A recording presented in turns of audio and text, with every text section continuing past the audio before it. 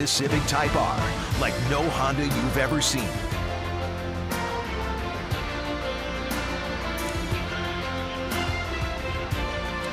Welcome to St. Petersburg, Florida. We are at Tropicana Field, the home of the Tampa Bay Rays. As the Blue Jays come down here for the second time this season, the Jays opening up a 3-game series with the Rays. Night games tonight and tomorrow, then a matinee on Wednesday before the Jays come back home. And John Gibbons and company feeling a whole lot better about themselves, you would imagine, than they did just 4 days ago after sweeping the Baltimore Orioles. And here's a look at the Blue Jay lineup for tonight. A lot of guys had fun swinging the bat yesterday, including Kevin Pillar, who had a home run yesterday, and he's suddenly hot with a 4-game hitting streak, 7 hits, including a couple of home runs. And Randall Grichuk just keeps staying hot. He had 3 more hits yesterday, hitting for average and hitting for power over the last week. That is the lineup that Ryan Yarbrough will face tonight. Very interesting thing that they're doing down here in Tampa Bay with their starters and their relievers. Yarbrough, 14 games this year. He's had 3 starts. One of those relief appearances was against the Blue Jays. That was back on May the 4th. 5 innings. He gave up the hit to Dalton Pompey, then retired the next 15 batters in a row. Won that ball game to make his record 2-1. He is going to get the start tonight. He's 4-2 with .368 earned run average.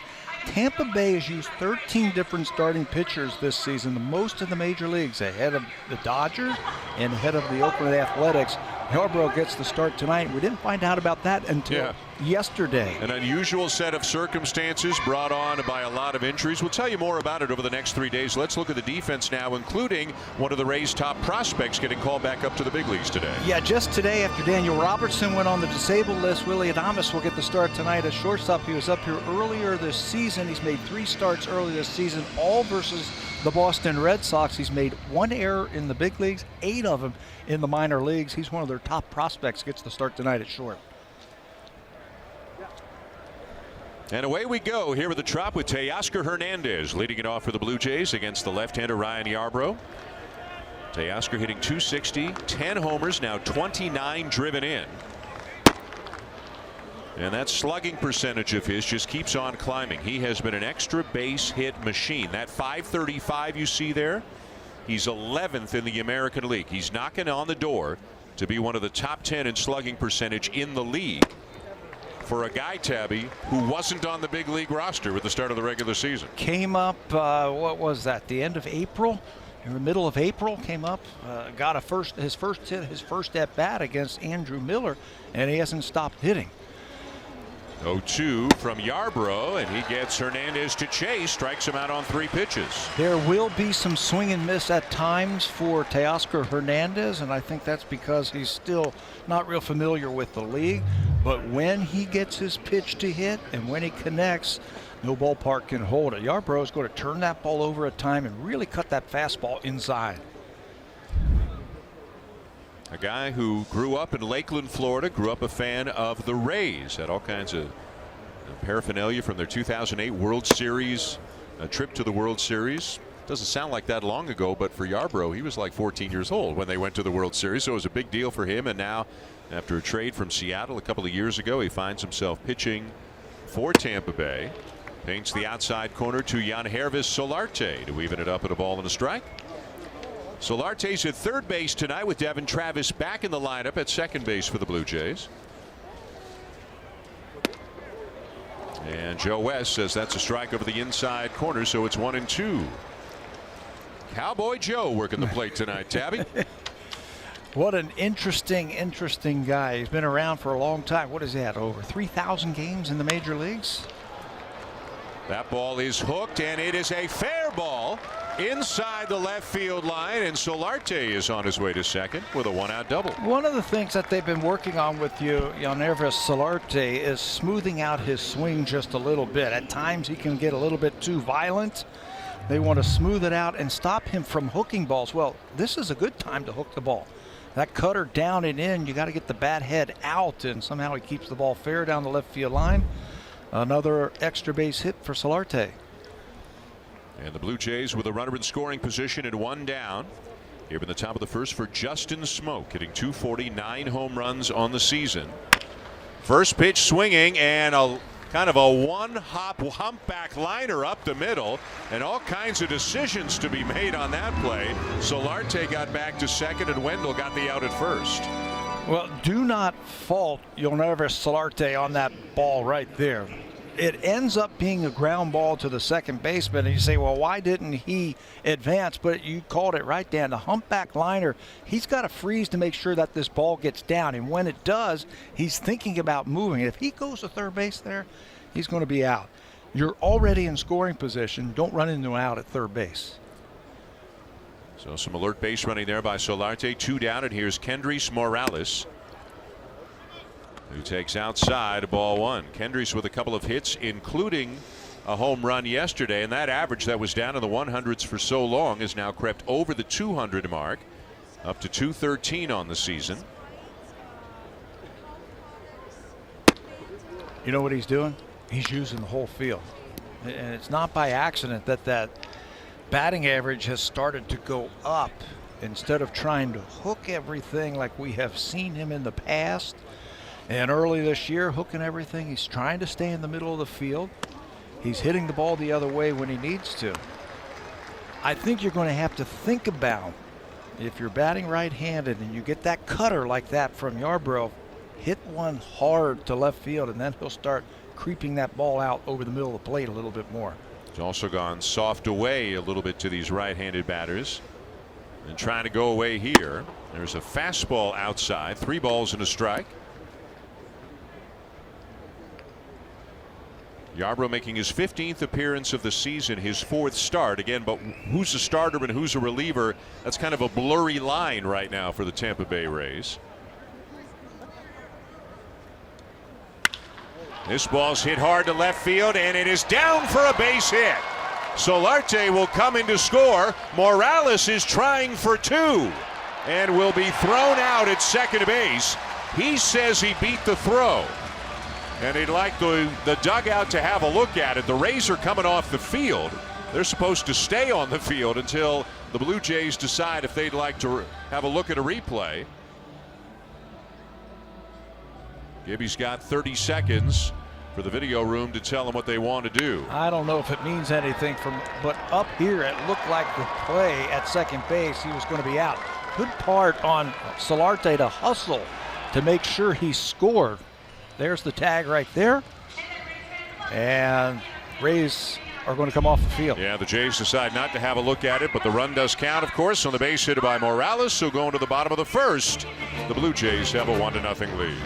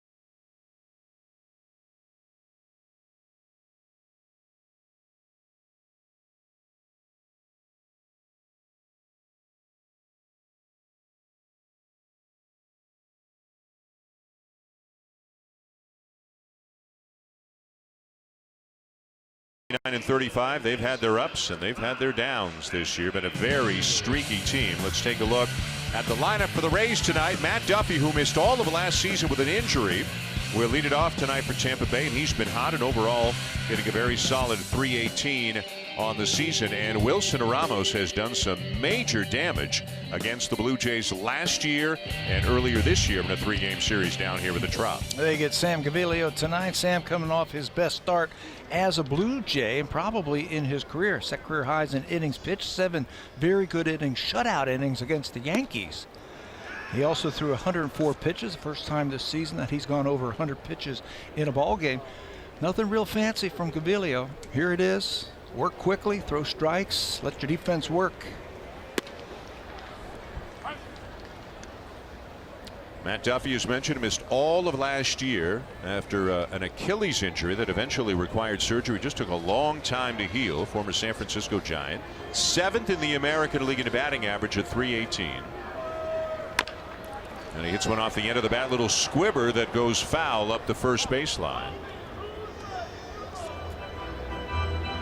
Gaviglio making his 5th start of the season for the Blue Jays. You talked about being around the strike zone, Tabby. He's only walked 7 in 28 2/3 innings, and with each passing start, Gibby grows fonder and fonder. And he used the term pleasant surprise, and I don't know how you look at it any other way. This was a guy they got at the end of spring, and now he's become, at least over the last 3 weeks, a mainstay in their rotation. Didn't make the team out of spring training, obviously, after they picked him up in that trade. Went down there, got a chance to pitch, and he says that, hey, I got a chance to pitch. I got a chance to get my innings, get my work in, and it has worked out for him. Pleasant surprise? I don't think there's ever a pleasant surprise in the major leagues. You're either good or you're not, and right now he is really pitching well.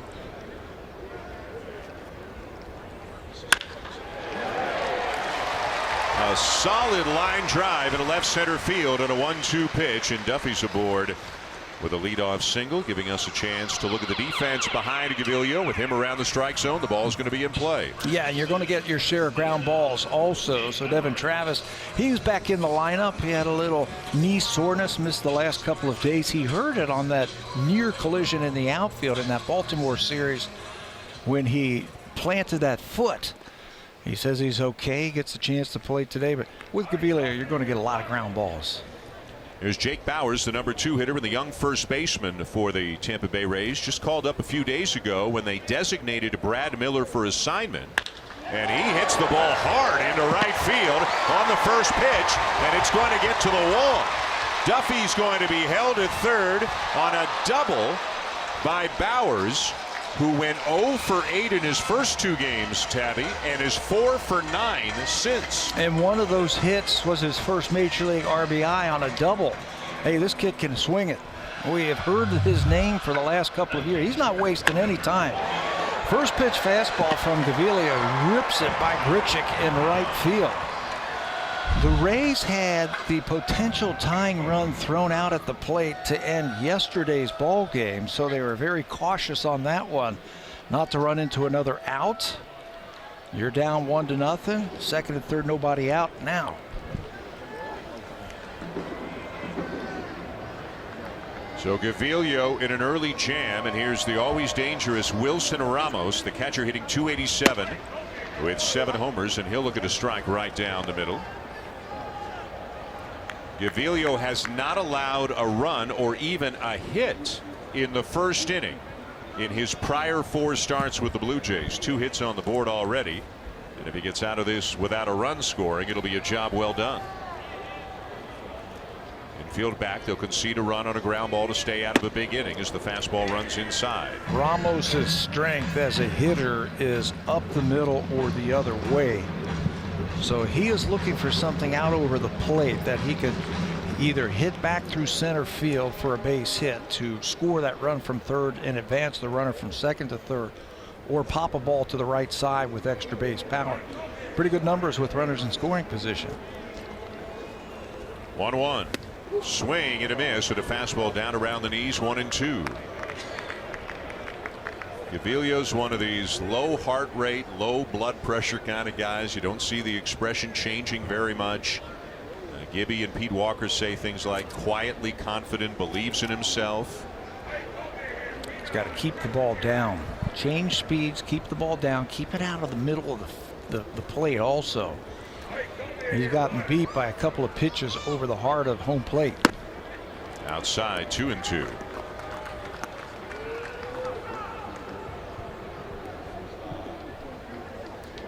Jays coming off the sweep against the Orioles, but coming down to a ballpark where historically they haven't had the best success. Duffy at third, Bowers at second, and nobody out here in the bottom of the first.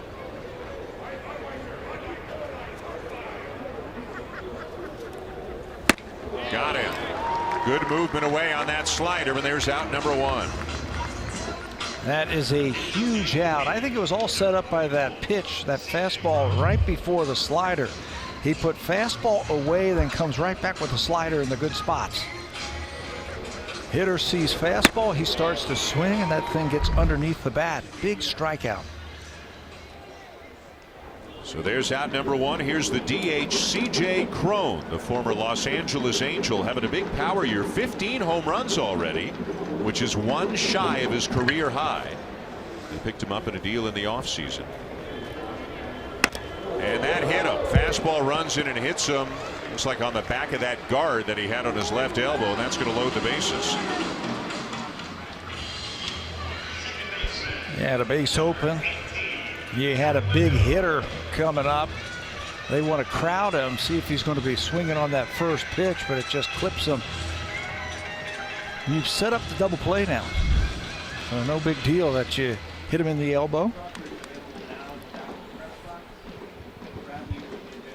So bases loaded, one out. Blue Jays up 1-0, bottom of the first. Everybody backed up on the infield. Solarte, though, just a step or two behind the baseline at third and playing well off the line. For the left-hand hitting second baseman Joey Wendell, hitting .277. Not a play. The Rays got off to a dreadful start this year. They were 1-8. But those first 9 games, Tabby, were all either against the Yankees or the Red Sox. The schedule maker didn't do them any favors out of the gate. Then they went 27-18 over a 45-game stretch. Things were looking good. They were over 500, and since then, now they've lost 9 out of 10. Team streak. That is the Tampa Bay Rays this year. That one win that they had in the first 9 games come from behind win against the Boston Red Sox on opening day. They've had a ton of injuries. Chris Archer's on the DL. Kevin Kiermaier's on the DL, although close to coming back. Danny Echeverria's on the DL, although close to coming back. And obviously, they can't afford to have the depth some of the bigger market teams can have. Fastball runs outside, 2-1. And they've lost 17 games by 1 run. Right. That's a big part of what's happened here. Most in the majors. Most in the majors. And the misfortune really didn't start when the regular season started. It goes all the way back to spring training. First couple of days of spring training, they lost some of their better players to injury. To center field. Millar setting up, will make the catch for the second out. The throw's going to come into third. Tagging and scoring on the play is Duffy to tie it up. Well, because they don't hit for a lot of power, not like last year's team, they have to manufacture runs and do the things the right way. Run the bases the right way, get the ball in the air when you need a sacrifice fly. And Chad Mottola, the former batting coach for the Toronto Blue Jays, now runs the hitters over here in Tampa Bay. And those are the kind of things that he stresses. We have to have good at-bats, competitive at-bats, and we've got to move runners when we have them in scoring position. There's Motor. He does an outstanding job, and he's very excited about working with a lot of these young hitters that they have now. So they've tied it at 1 here in the bottom of the first. First and second, 2 down for the young shortstop, Willy Adames. As we mentioned, just called up today, Daniel Robertson suffered a hamstring injury in yesterday's game and was placed on the disabled list today. Adames came into the season ranked by Baseball America as the number 19 prospect in all of baseball. He is 22 years of age, from Santiago in the Dominican Republic. And in his first big league game, Tabby, how about this? It came against the Red Sox. This is his second stint up in the big leagues. Last month, first big league game, in his second at bat, hit a home run off Chris Sale. Hanging slider that he pulled down the left field line. Can't get any better than that, can it? 1-1. He was probably circling the bases saying, This game's easy. I got this. Gets a little bit harder, though, doesn't it? Yeah, he's got some tools when you watch him take batting practice. He's got some bat speed, but he also has some holes in his swings that I think that you can exploit. Gavilio trying to minimize the damage here in the bottom of the first.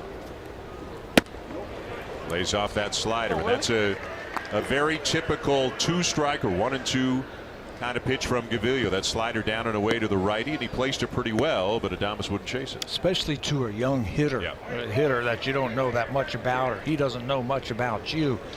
You're going to try and feel him out and see if he's going to fish for that slider. I say try it again.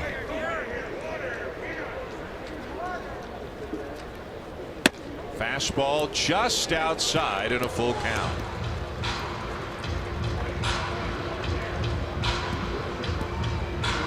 Alex Smith, the center fielder for the Rays, waiting on deck.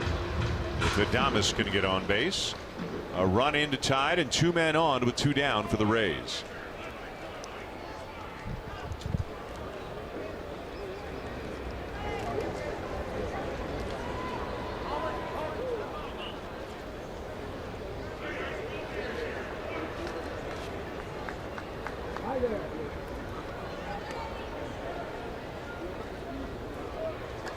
All right, Gavilio ready to go as he steps back on the rubber, looks into Martin. Runners will be on the move. There they go, and it is just outside. Miss with that slider for ball 4, and the bases are loaded again.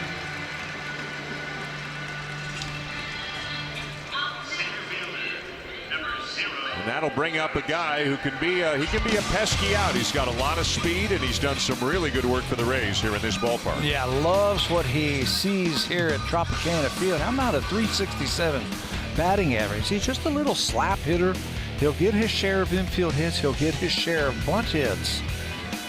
I think in the infield you got to bunch him together. In the outfield you can bunch him, but you don't have to play him that deep. Not a lot of power.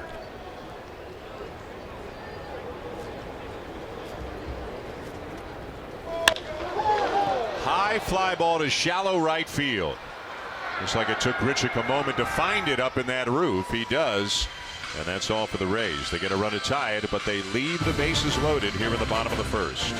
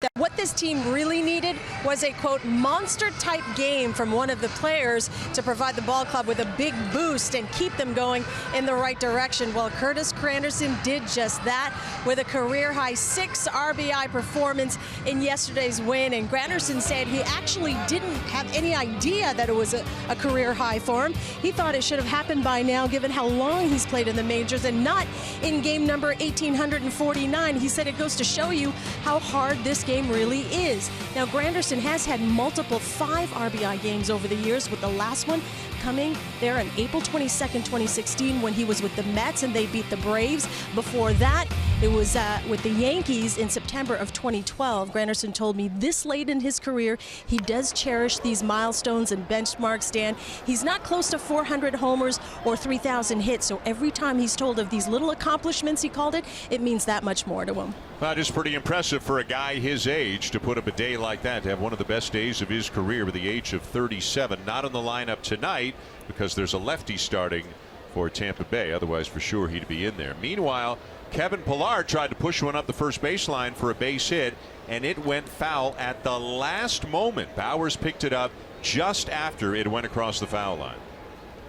Absolutely love that from Kevin Pillar, being able to add that to what he can do. What he's going to find out is he does that enough, and all of a sudden those corner infielders start coming in. He's going to slash balls by him.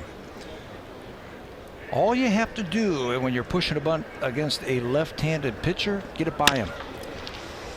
A ground ball to short. Adames up with it and on to first in time for out number 1. Yeah, just push it by the pitcher, then it's a foot race between you and the first baseman. Yep. Chances are you're going to win it. Especially with so often now against right-handed batters, the second baseman playing up the middle. There's so much room on the right side of the infield. And the 2 times we've seen Pillar try to bunt for a base hit, both times he's clearly been doing it up the first baseline. Absolutely. You just push it and get it by the pitcher, and it's an easy base hit. Yeah. Here's Russell Martin hitting 171, 6 homers, and he'll take a strike over the outside corner. So Joe West goes back to when you were playing, right? Definitely. Yeah, he was in the National League, though. Oh. He was in the National League, and I spent a little time in the National League with the Cubs and the Mets. Back in the old days when you had American League umpires and National League umpires, and it actually on their hats it said NL or AL when they worked a game, right? That's right. Although you should know who they work for because that was the ballpark. You were in a ballpark for that league, so it really wasn't that confusing. But no interleague. No interleague. Back in the day, so you didn't have to worry about that. Look out, up and in, and drops Martin to his backside.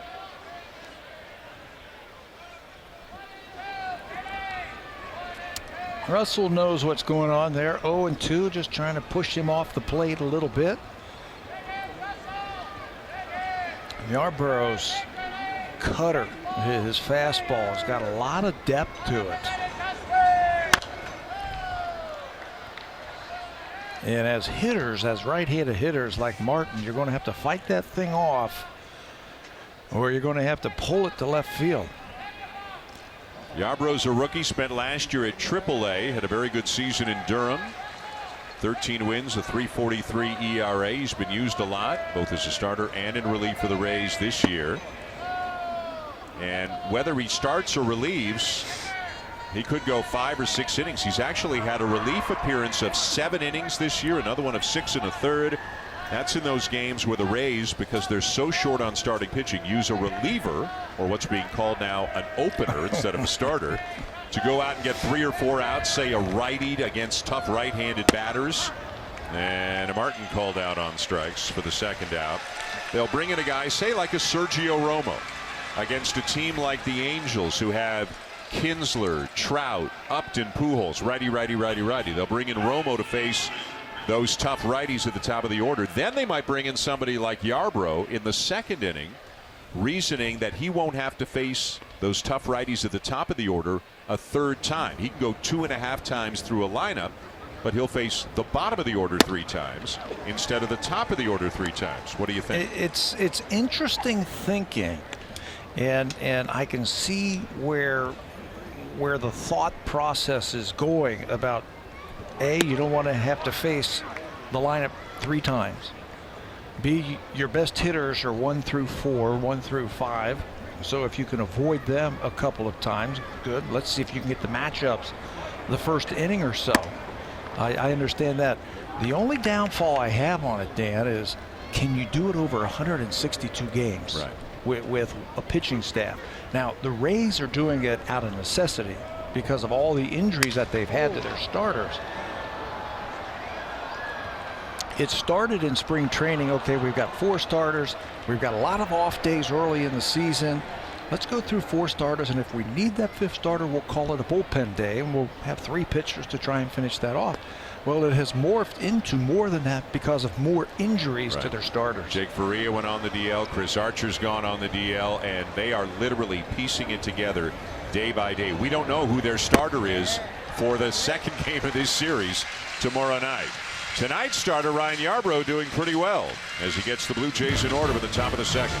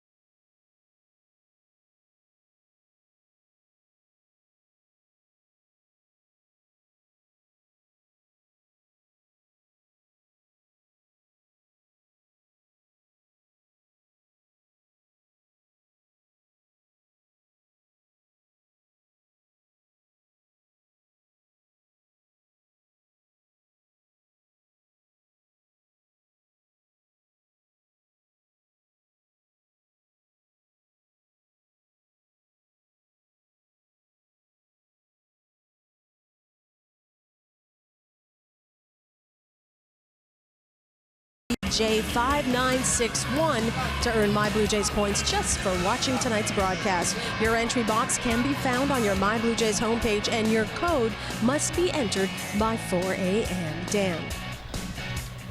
All right, Hazel, thank you. Good to have you with us here with the Trop tonight.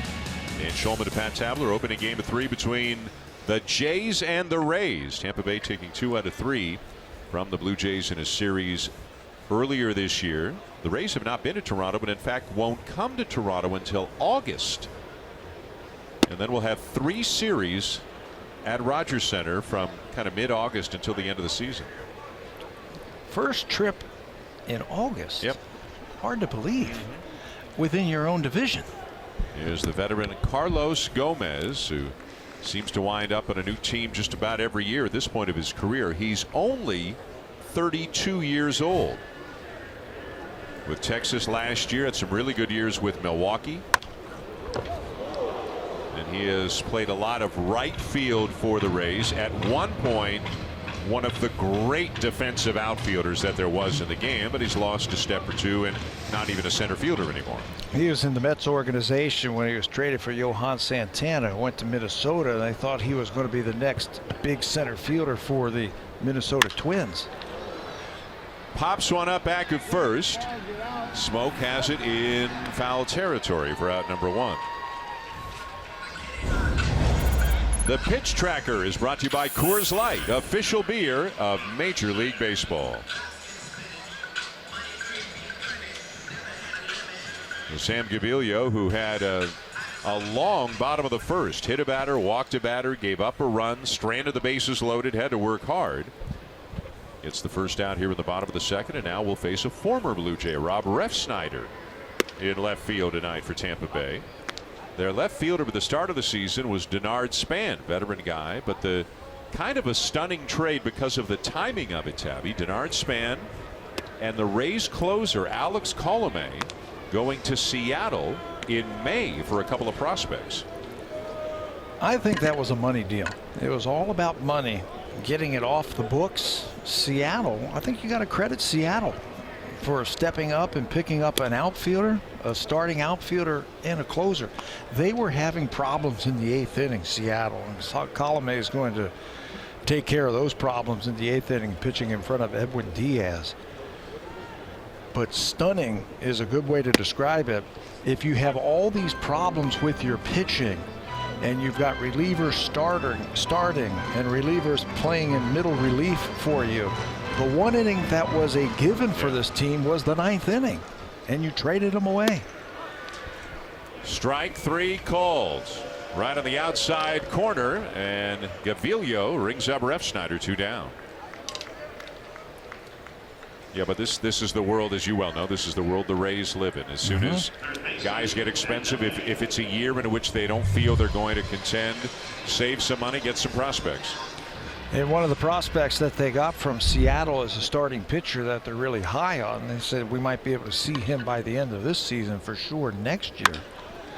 Matt Duffy, the leadoff man, sends it foul down the line out of play. Blue Jays have to figure out how to get Matt Duffy out. Not a lot of luck in that 3-game series here earlier this year. He came into this game hitting .455 against them in those 3 games, and wouldn't you know it, he got a hit his first time up.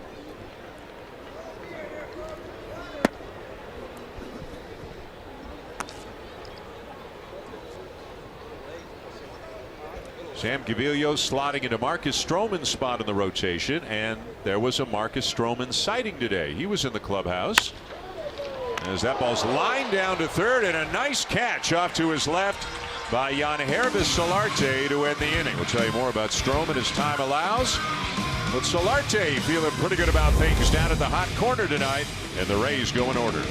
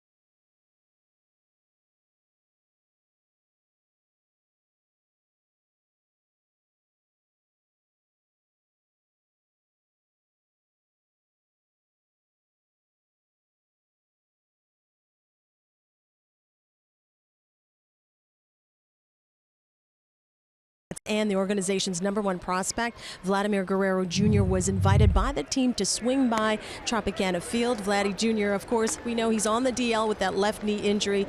He said he's been feeling great, working hard, and doing whatever the trainers have asked him to do in order to get better as soon as possible as he's in the stands now, taking in the game. He said he's not frustrated or angry about his situation, about his outstanding season coming to a halt because of injury. He is not wearing a knee brace, Dan, so that's good news. The injury isn't as serious as first thought. He'll be out 4 weeks and will be reevaluated at that time.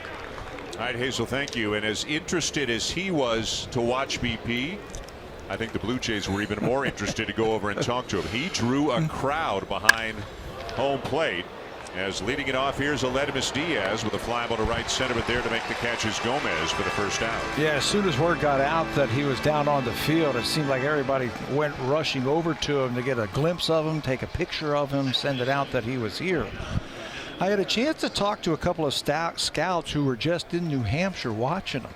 And I was asking them about Guerrero and some of the other prospects, and they said they've got a lot of good prospects down there. And specifically for Guerrero, he said he can hit in the big leagues right now, but his overall game, he's not ready for the big leagues just yet. Just 19 years old, he's still finding his way, if you will, as a player. Devin Travis back from a sore knee that cost him the last couple of games and lines a base hit into left center. Well, and the injury is obviously going to, it will, if not slow down the timetable, it'll slow down the hype machine, if nothing else, because there's nothing that can be done now for a month. But the Blue Jays are going to be ultra cautious to make sure they don't rush him back from the knee injury. Sure, right? Physically and all that kind of stuff. I'll tell you where else they're going to be ultra cautious.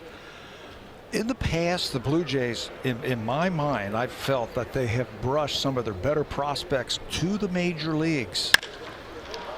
Teoscar Hernandez drives one to deep right center field, and it is gone. A two-run homer for Hernandez on a ball that just kept on carrying and left the yard. Home run number 11, and the Blue Jays on top 3-1. I was watching the center fielder. That was Malik Smith, and he is a go-getter out there. He's very fast. So I thought if it stayed in the ballpark, he was going to have a chance to catch it, but he gave up on it. He knew that that ball was going to be over his head. He was going to try and get himself set and catch the ball off the wall. But the ball just kept carrying off the bat of Hernandez. I'm telling you, this guy has got some electricity in that bat. It just kept going and going, and it's deep, 370 feet to right center field. He didn't get all of it, but he got enough of it. Watch Smith, the center fielder, go back, give up on it, say I'm going to play it off the wall, and it's gone. And how much of Hernandez's power, whether it's doubles, triples, or homers, Tabby, have we seen to right and right center this year? He is not a dead pull hitter, the furthest thing from it. He can knock the ball out of the ballpark at any point. You know, the best part about that at bat right there, Dan, was remember his first at bat? Yarbrough made him look silly, striking him out on a couple of pitches off the plate. He made the adjustment. He got back on that fastball. He got one over the middle plate, and he didn't miss it. He's now got 53 hits. 31 of them are for extra bases. Meanwhile, that went off the foot of Solarte. He is shaken up, so Joe West is giving him some time to see if he can walk off the pain and continue. And he's in some discomfort right now.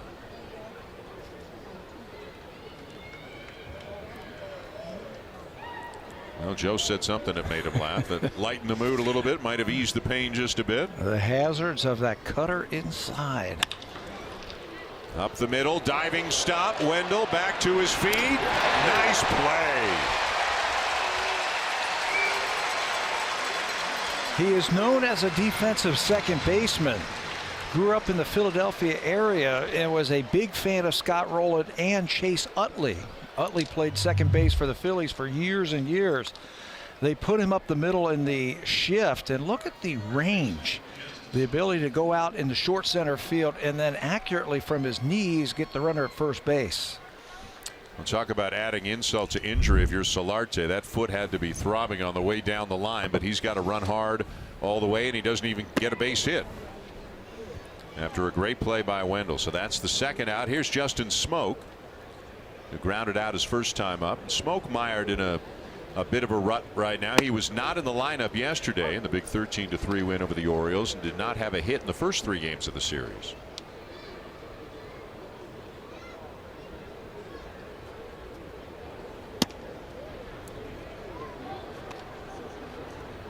Two balls and a strike to count. The 2 down to the bases empty, but the Blue Jays back on top thanks to the home run from Teoscar Hernandez. That's how you hit that cutter right there. You yank that thing foul, telling that pitcher, hey, get out of there. I want that ball out over the plate. Smoke a little bit better from the right side in terms of batting average. Popped up. And a play for Bowers, the first baseman, to retire the side. But guess who strikes again? Teoscar Hernandez with number 11 on the season, driving it out to right center field. And the Blue Jays have a 3-1 lead.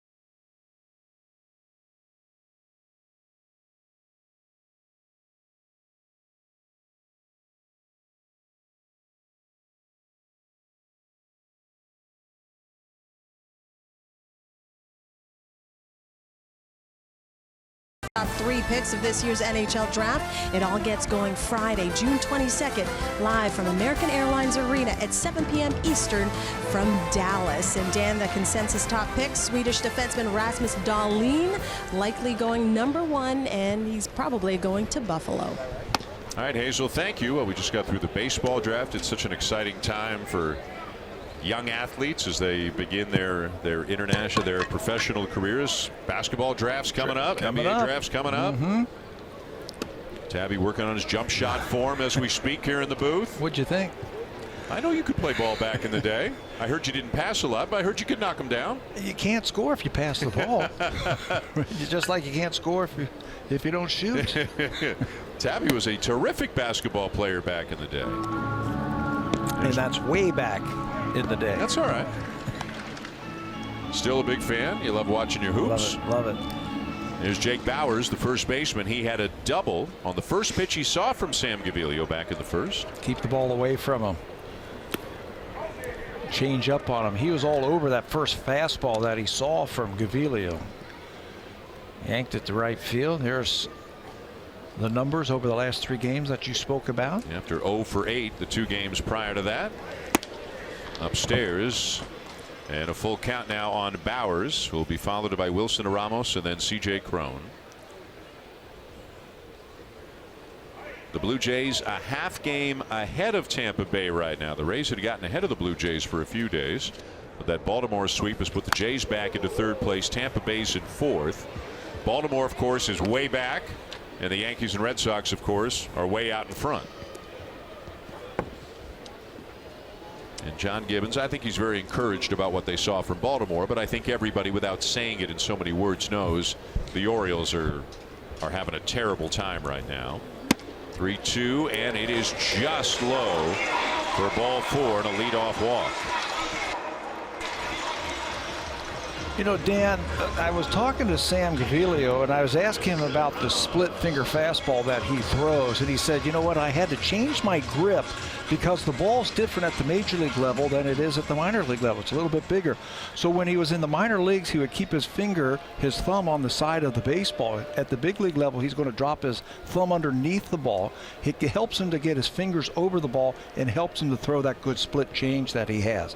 But I found it very interesting that the balls are different in the minors than they are in the major leagues, so he has to change his grip so he can get the same results. But good on him to realize that and make the adjustments. It's obviously working. That's a pitch he has used very effectively. 4-pitch guy, does not rely too heavily on any one, will always mix it up. It has to mix it up because none of the pitches in themselves are overpowering. But when they're pretty like that, that's a beautiful comeback fastball on the outside part of the plate. He's going to need an umpire, I think, that has a big strike zone. That last pitch to Jake Bowers looked like it was there. It could have been called a strike, but it was called under the knees. It helps because he can't afford to be in the middle of the plate. He just doesn't have that overpowering fastball or that overpowering breaking ball that he can throw it by you. Check swing on that fastball, which has that natural 2-seam movement. You saw it run in on the hands of Ramos and really tie him up. There is the split grip that he has, and look where the thumb is. It's underneath the ball on that seam where he can feel the baseball just a little bit better. Again, in the minor leagues, because the balls were a little bit smaller, he was able to put the thumb on the side of the ball and still get the same results. 1-2. And he got him. Joe West been given a little bit off the outside corner, but it looks like, and if that's the case, Russell Martin and Sam Gaviglio will try to exploit it.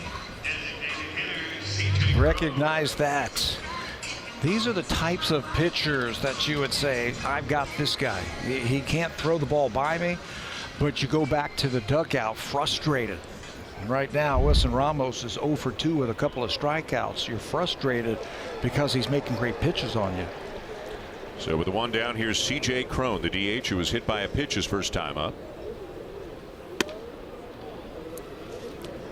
Remember, the Rays made a couple of deals in the offseason. One of the guys they traded away is Evan Longoria, who had been the heart and soul and the face of the franchise for so many years. He goes to the Giants, but You know, they didn't feel they were a contending team, and he's getting older and makes a lot of money, and you can understand from the Rays perspective, as tough as that decision probably was, where it comes from, as Crone hits one way up in the trop here, doesn't hit anything up there, and it'll be caught by Diaz. But it is always an adventure here because those catwalks can be reached.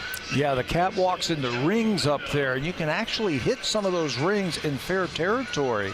And if the ball drops in fair territory, it's a hit. If it goes foul, it can be a foul. That one went way up to those speakers right into the middle.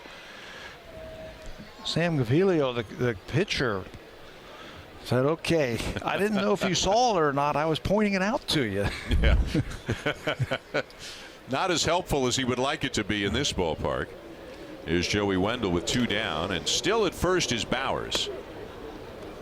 There's a breaking ball in for a strike, 0-1.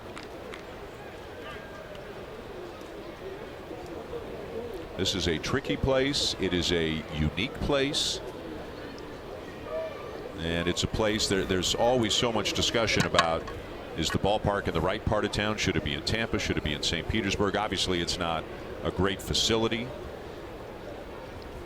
It's a valuable place. Yes. I don't know if you got a chance to read that article in the paper today. I did, yes. About, well, the gist of the story is they're going to build a new stadium over in Tampa Bay. Now this property becomes very valuable, and they're talking about what are they going to do with this property once the Rays leave. Shops, restaurants, affordable housing. It could go a number of different ways, or maybe a new ballpark if the team were to stay here. Here's a line drive into left center field. That's a base hit.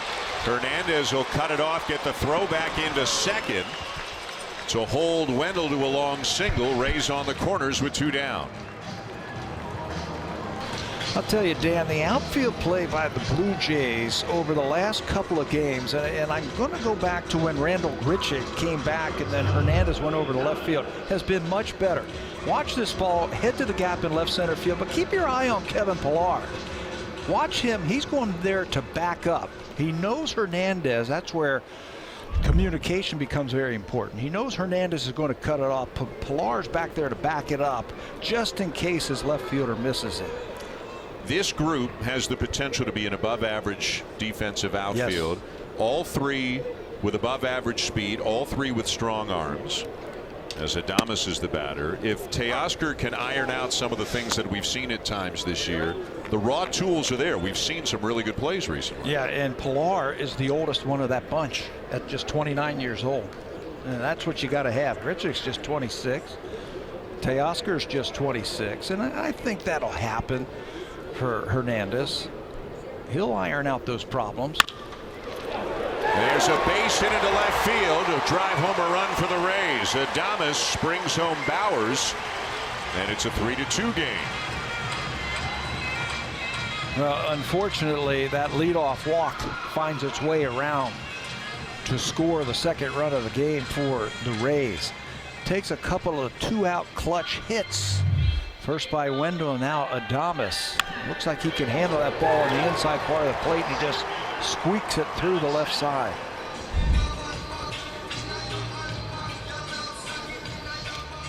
So the youngster getting his feet wet in the big leagues again with an RBI single to bring his club back within 1. And now here's Malik Smith, who flied out to right on the first pitch that he saw from Gaviglio to win the first. And he will often try to do what he was trying to do right there, just flick it the other way for a base hit. Well, because he can bunt, and this isn't a situation to bunt. Here you got 2 outs and a runner in scoring position, but because he can bunt and because he can run, he's going to pull in that third baseman all the time. So he was just trying to slap it by Solarte.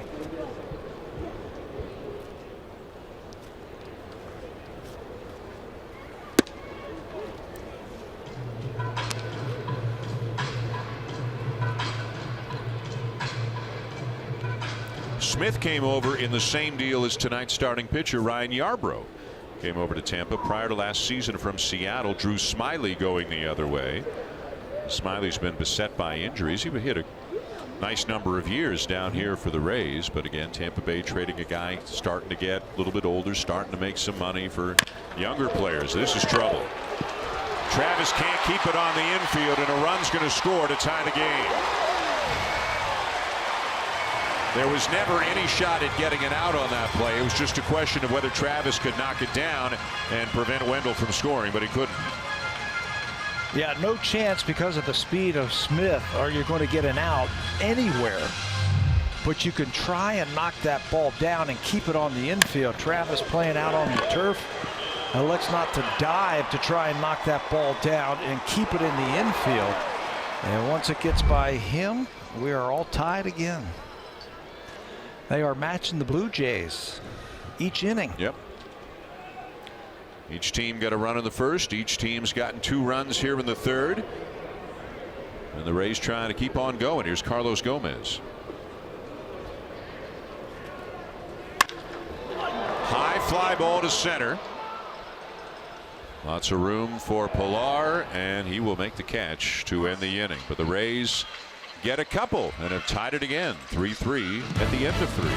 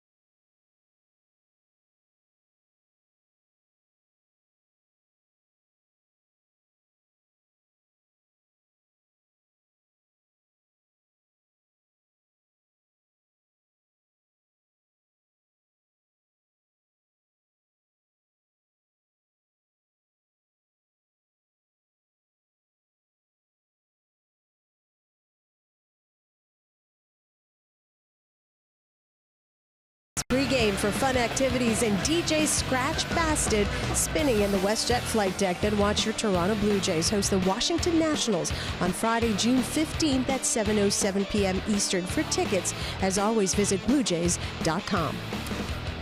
And that means a chance to see Bryce Harper over the weekend. And it appears, Tabby, that Max Scherzer, who's probably the gold standard among starting pitchers right now. I mean, Kershaw is so good, but he's obviously had some injuries to deal with the last couple of years. Corey Kluber's right up there, Chris Sale, but I don't know that anybody's better than Scherzer right now. Looks like he's going to start the middle game on Saturday afternoon. Yeah, looking at it right now, looks like Gio Gonzalez versus Aaron Sanchez on Friday. And then Max Scherzer, Steven Strasburg on the disabled list, which is unfortunate for Washington.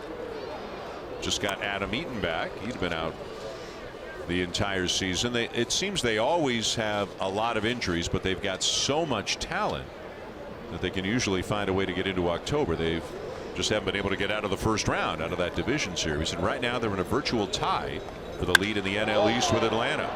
Kendrys Morales, deep center field. Smith can't make the catch, and Morales is aboard with a double to lead it off, his second hit of the game.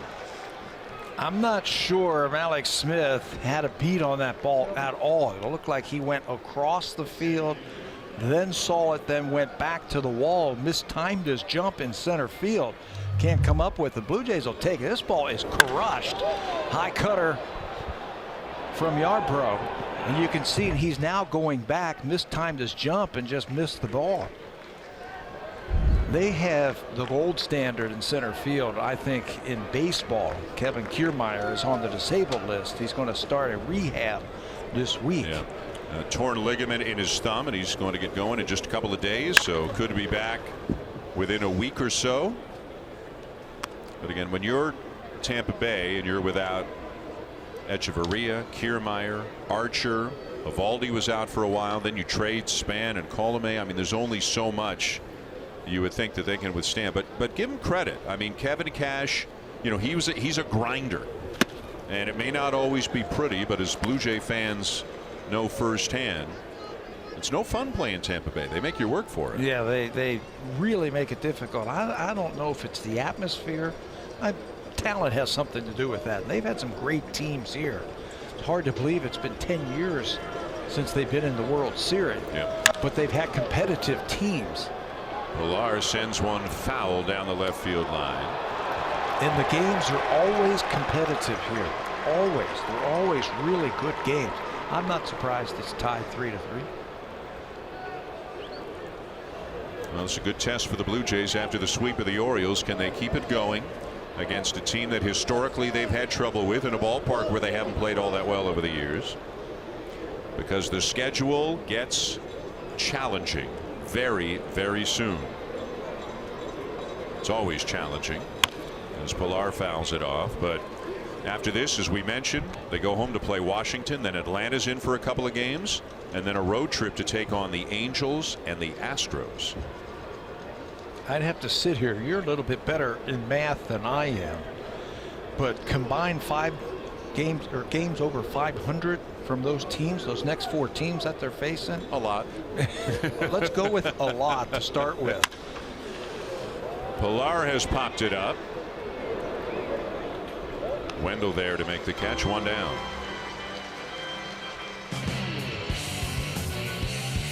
Take on any project with Home Hardware.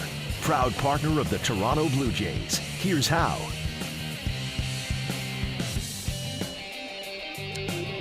Well, that was a nice opportunity for us to do a little math during that 10-second break. Those 4 teams are a combined 43 games over 500 that the Blue Jays will face. Welcome back, Russell. You are a better mathematician than I am. I was off. There was some teamwork there. Yeah. I got the 3 right. Interesting thing that I was just looking at the Blue Jays schedule earlier today, and kind of an interesting thing that I found is how front-loaded the Blue Jays schedule is. They only have 6 games against both the Yankees and the Red Sox after the All-Star break, as Martin smokes one into center field, a base hit. But Morales had to wait and see it get through and get down, and with the lack of speed, he'll have to stop at third on that single by Martin. That's got to feel good for Russell, who was 0 for 4 with a walk in that 13-run 19-hit game yesterday. But the Blue Jays only play the Yankees and Red Sox, as you get another look here, 6 times each after the All-Star break. But they play Baltimore 12 times after the All-Star break and Tampa Bay 13 times after the All-Star break. But what that means is getting to the break's going to be hard. Yeah, and you can just look at the schedule, and it's a meat grinder. First things first. This series here in Tampa. Randall Grichuk, first and third, 1 out. Hit hard, very hard, but very foul down the left field line. Boys, Grichuk seemed to be in a better place over the last week or so. We've talked about tweaking his stance, some of the mechanical changes he's made. Watch his hands on that replay, how his hands stay a little bit closer to his body, and that helps him to stay inside the ball a little bit better.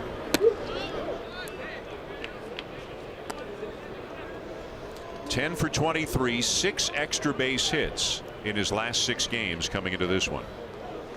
And as a result, earning everyday playing time.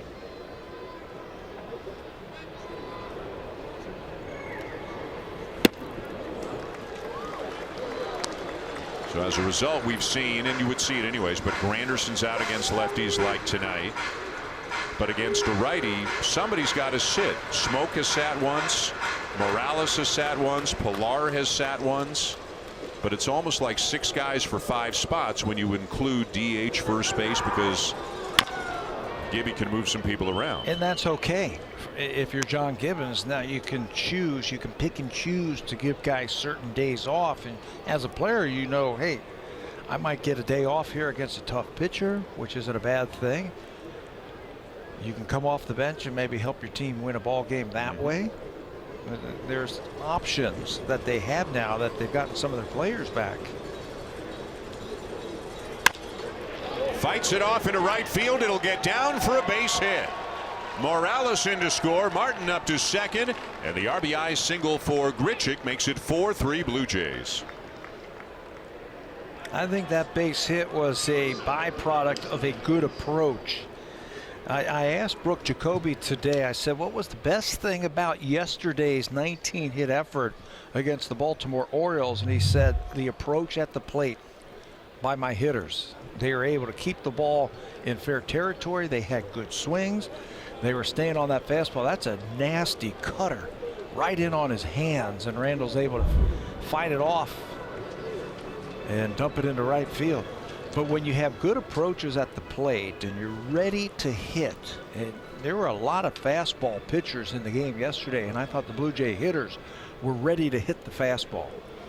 Kyle Snyder, the pitching coach for the Rays, is out to the mound to talk to Yarbrough, who, when the Blue Jays saw him earlier this season, went 5 innings of 1 hit shutout ball. Dalton Pompey had the hit. He was the only guy to get a base hit.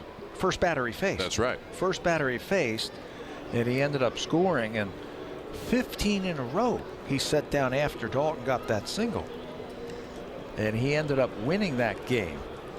No walks, 4 strikeouts.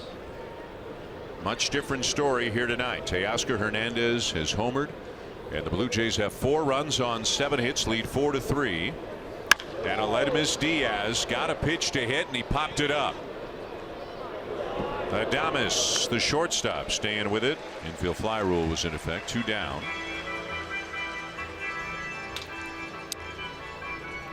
Don't let him off the hook.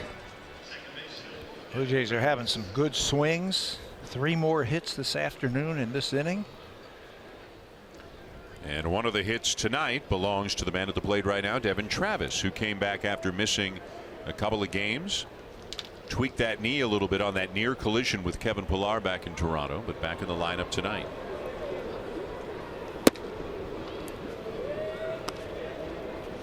It's tough when you've only got a 3-man bench, which is what the Blue Jays have right now because they're carrying 13 pitchers. If one of the guys can't go, is day to day like Travis was, I mean, you're really thin. Yeah, it makes things a little bit tough for the manager that day. Nowadays, though, with the DL, just 10 days, you know, it might be better off if it's going to be 3 or 4 days. Just throw him on the disabled list and get a healthy body here. There's a guy we haven't seen in a while. On the right, there's Steve Pearce, again with the Blue Jays facilities being down in Dunedin. A lot of the injured, and of course Vladimir Guerrero here to check out the big club at the Trop. Soft liner to end the top of the 4th. A run for the Jays, and they're up by 1 again.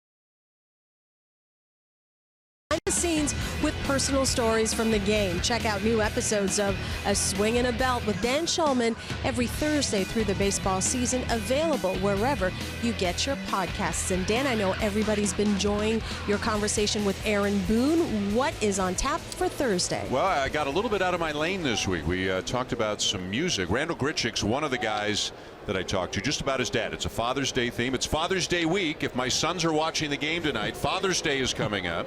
Talked to Randall's dad, coached him from the time he was a little kid all the way until he was about 14 years of age. So talked to Randall about his dad and the impact he had on him as a coach coming up through the years. And also, as I said, got a little bit out of my lane. The Sheepdogs, a very popular Canadian band, huge sports fans. You guys have talked to them. They've been in the booth with you, I think. They've been on the radio. They've been on Tim and Sid. They're from Saskatchewan. Huge sports fans. So my son and I interviewed Ewan Curry, the lead singer, and his dad, Neil. Kind of a father and son interviewing a father and son, talking sports, talking music. Huge Blue Jays fan. So it was kind of cool. Like, how many guys in bands do you know, right? How many guys in rock bands do you know? Do I know that I could pick up the phone and call him right now? None. Have I met? Have you met? A couple. You've met Geddy Lee, right? He's been around the ballpark. I met Geddy Lee. I met Ian Anderson. Ian Anderson from Jethro Tull. There you go. That's pretty good. Yeah. That's good. That's good name dropping right there. That's big time name dropping. Yeah. But that's about it. 4-3 Blue Jays, bottom of the fourth. And Rob Refsnyder leading it off for the Rays, hitting in the 9 spot. Then back to the top of the order for Matt Duffy and Jake Bowers. What do you see different from Sam Gavilia, who's been so good? Is it just location? Are they finding holes? What do you see so far? It's location. I got a chance to watch that game against the Yankees his last time out, and he was painting everything down and away. Like that right there was a mistake. He's going to get away with it because there were 2 strikes on the batter and he was in a defensive mode. But that start against the Yankees, all of his pitches were working. All of them were clutch. They were down and they were on the corners. You didn't see many good swings from the Yankees in that last start. No runs, just 3 walks and 4 strikeouts in those 7 innings and just 3 hits against a very good hitting team in the Yankees. Today, too many mistakes in the middle of the plate. Top of the order, Matt Duffy, who has singled and lined out. Nice catch by Solarte down at third on that line out. Well, and word will get around too about Gavilia. Now, he was in the league last year, pitched for Seattle and Kansas City, so he's not exactly an unknown commodity, but a little bit more recent video to watch, and hitters will know what they're getting themselves into. And pitchers, when they take the mound, they don't take their A game every single time. You might feel great down in that bullpen and then walk in and start the game and feel totally lost. There's also times where you feel awful down in down in the bullpen, and you come out and you feel great. Sometimes the ball feels like it's 5 pounds and you can't even lift it, like it's a medicine ball. Over the course of a season, maybe 30 starts, there might be 8 or 9 where you feel 100%. That one's going to sneak through into center field, a base hit for Duffy.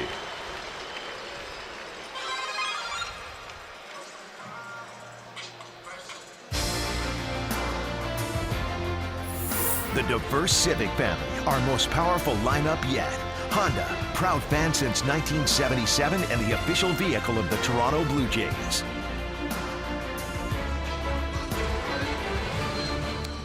Beautiful day and evening here in Florida. As Tabby mentioned, pitchers take, sometimes they've got their good stuff, sometimes they don't. Had a chance to talk to Marco Estrada before the game today about the great performance he had yesterday. And man, is he feeling better. He had 5 strikeouts, Tabby. Swings and misses on high fastballs. Runner going, throw down by Martin, not in time.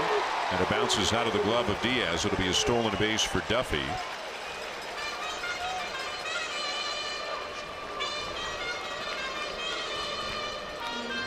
Duffy's going to steal this one on the pitcher. Watch him go on first movement. Head down, straight steal. Really no chance for Russell Martin to get the out at second base. His 3rd stolen base of the season. He's been thrown out 3 times.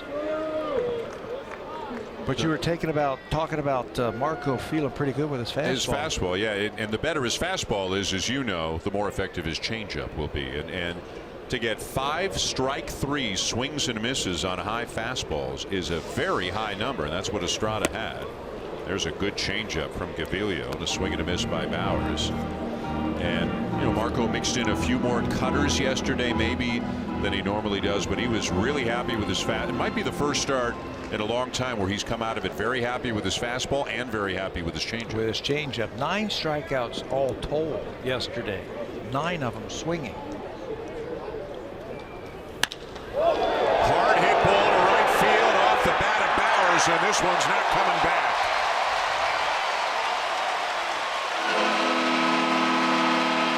Two-run homer for Bowers gives Tampa Bay the lead.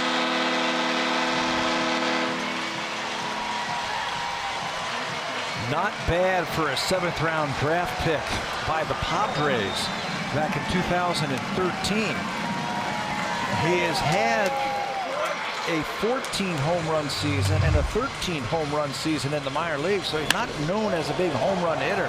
But when you have a cutter that stays up like that, or excuse me, a two-seamer, and that thing is going right to the barrel of the bat, it's up, and Jake Bowers is going to hit his first home run. First major league home run for Bowers is also going to knock Sam Gaviglio out of the game after just 3 1/3.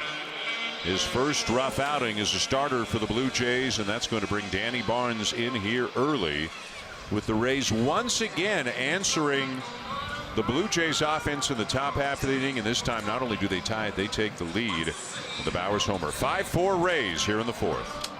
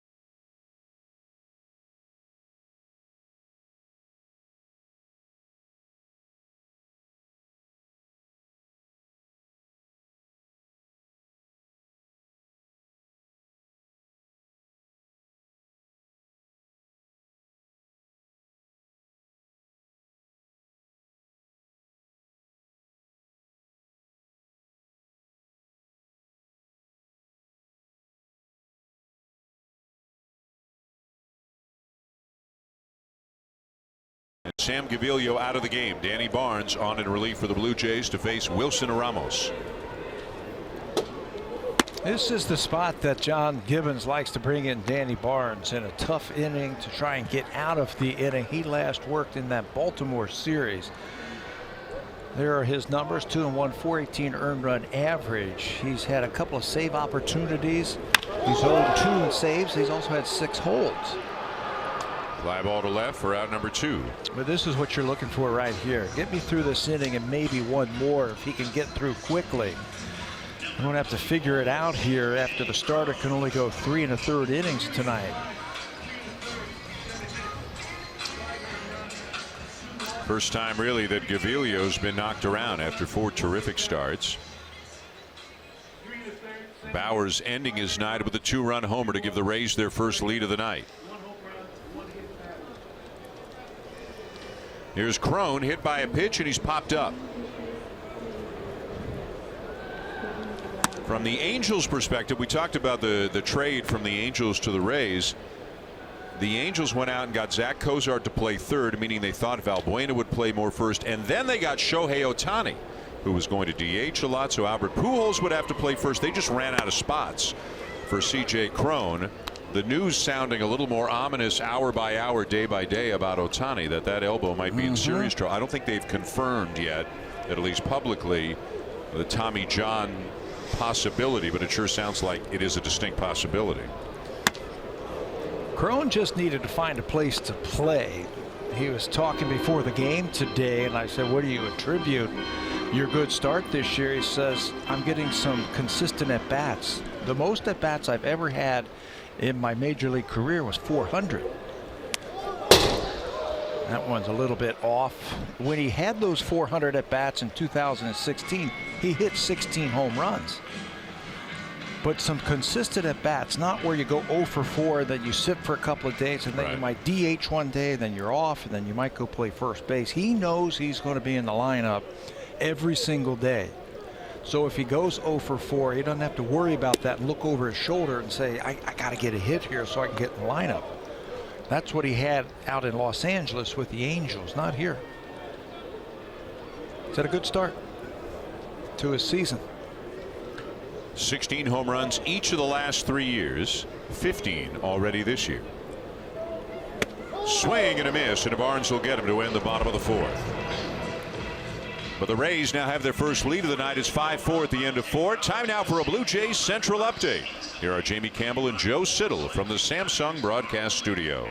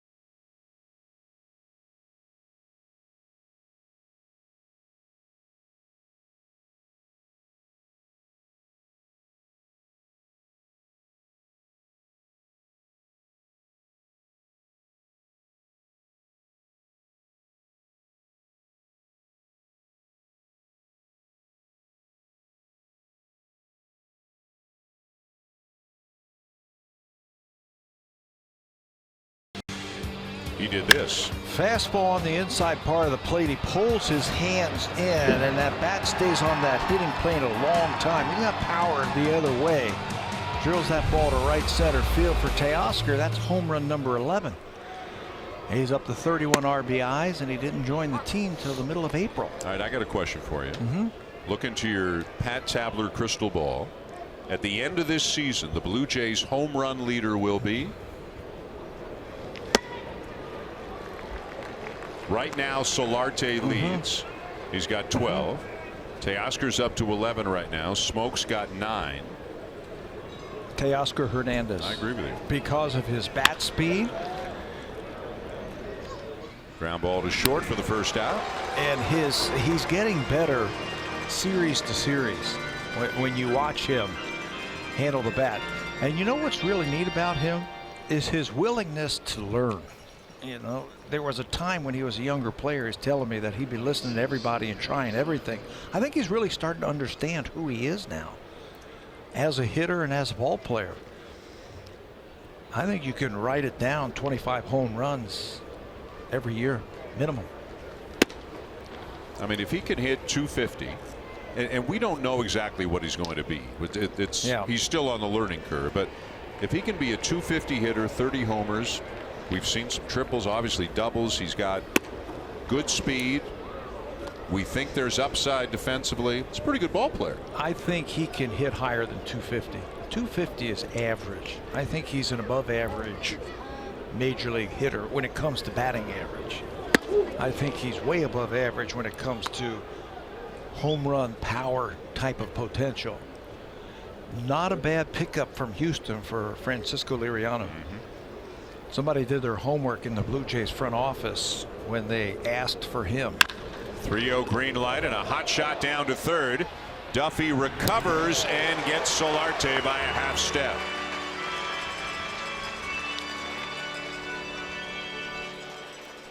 And now a message from Jurassic World Fallen Kingdom. Jurassic World Fallen Kingdom, in theaters June 22nd. Here at Tropicana Field with Pat Tabler, Hazel May, I'm Dan Schulman. Rays 5, Blue Jays 4. 2 down to the bases empty here in the 5th for Justin Smoak, who's 0 for 2.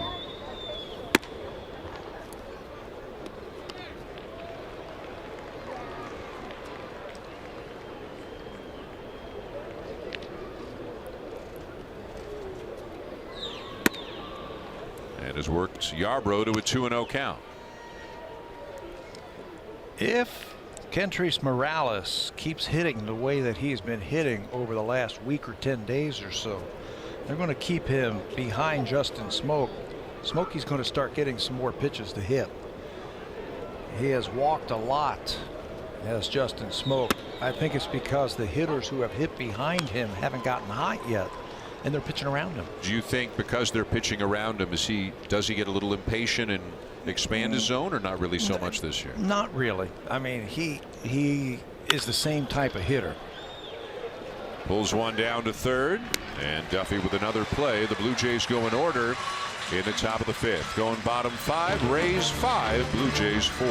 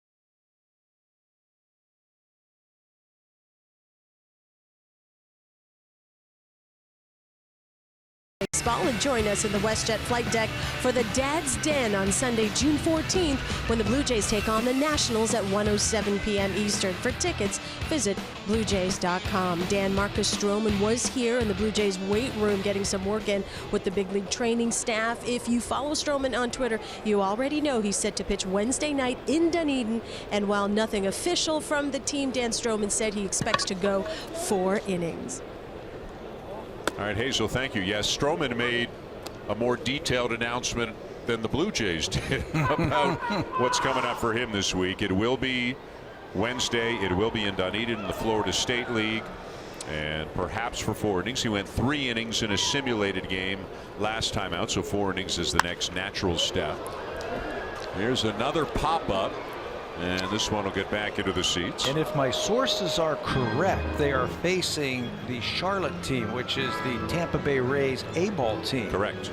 2 players who are going to be playing in that game, Kevin Kiermaier, Adeiny Echeverria. That's good. So that's a good thing. Yeah, see some major league caliber hitters.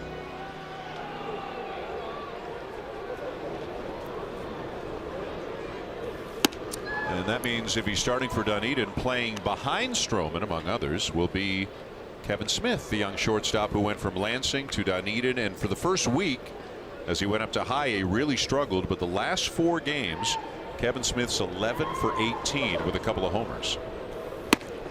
And Danny Barnes with a 93-mile-an-hour fastball by Joey Wendell. Well, that's one thing that the Blue Jays have a lot of in their minor league system. They've got a lot of middle infielders that can hit and field and run. That's a good elevated fastball right there as Barnes strikes out the second batter that he has faced tonight.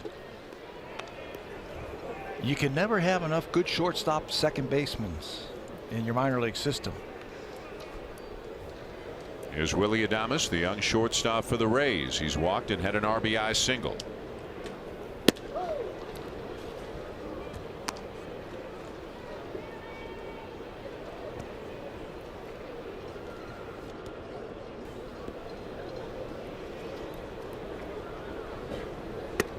If there had been a day when we were down here where the Blue Jays schedule and the Dunedin Blue Jays schedule didn't conflict, like one during the day, one during the night, I was going to drag you over there to go see a ball game. You were going to drag I was going to drag you over to Dunedin to go see a ball game. I've seen enough Florida State League ball games in my career. Yeah. I'm still getting a pension from the Florida State League. I spent so many years playing in this league. I saw a young Dave Steve in this league play. You played against him? Played against him. In the Florida State League? He was a center fielder for the Dunedin Blue Jays. Oh, I know all about the Florida State League. So there should be like a statue of you at somewhere in this league at one of the ballparks? Somewhere in Fort Lauderdale. I think I have the most games ever. How about Danny Barnes coming in, throwing hard, throwing strikes? That's 3 strikeouts in a row. When he gets his proper rest, and the Blue Jays do a good job of not really overusing him or using him on back-to-back days, his fastball's got a lot of pop to it, a lot of life. He can go upstairs and get outs upstairs or downstairs in the strike zone. That time he just blows it right by him. Danny last worked in that Baltimore series on the 9th a couple of days ago, but just 2/3 of an inning, and he threw just 9 pitches, so he's well rested. And a strike to Malik Smith. It looks to me like you spent 1977 and 1978 in the Florida State League. You were a 19-year-old and a 20-year-old, and then part of 79. 79. Part yes. of 79. Part of 79. I finally graduated. Hey, man, if we can find your stats, you're doing pretty well. Nobody's looking for my stats anywhere. 3 up, 3 down in the bottom of the 5th.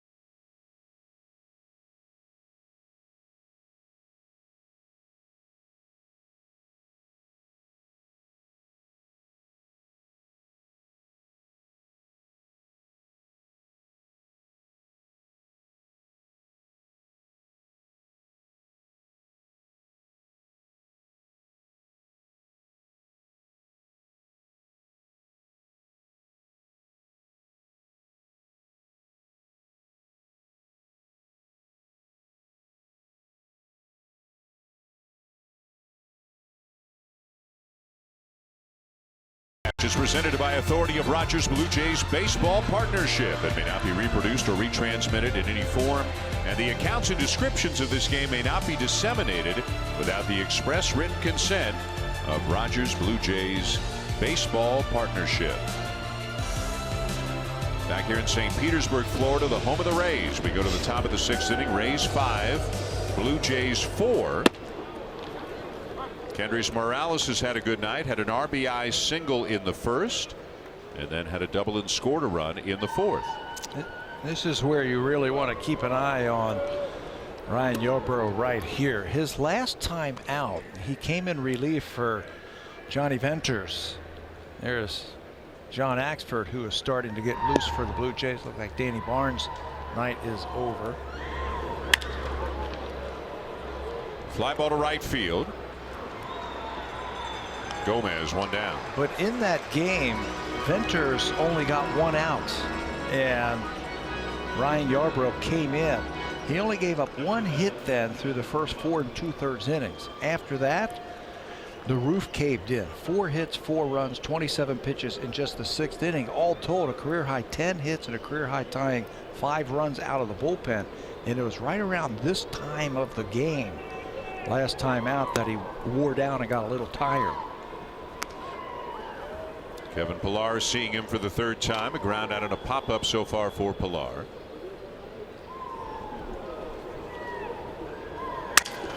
And a broken back ground ball down to 3rd. Charged by Duffy, and he'll make the play. 2 down. That's 7 in a row now set down by Yarbrough. Well, that cutter still has some good life to it.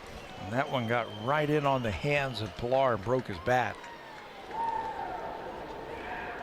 So after a couple of very quick outs here in the 6th inning, Russell Martin is going to come to the plate. He has struck out and had a base hit tonight. Hits are even at 7 apiece, but the Rays have a 5-4 lead. Each team has hit a home run. Teoscar Hernandez his 11th for the Blue Jays. Jake Bauers his first big league home run for the Rays. Hey, Russell! I got one on me, baby! Number 2! Number 2! This is one of the few ballparks where the bullpens are down the lines, and you get a great view of who's pitching. You're right near the fans. This is the way almost every ballpark used to be. Not too many like it anymore. Well, how many are still on the field? The bullpens. Oakland. Yes. San Francisco, because they forgot to build bullpens when they built that beautiful ballpark, and that's a true story. The Cubs used to be. Cubs used to be, but aren't anymore. Might just be those 3.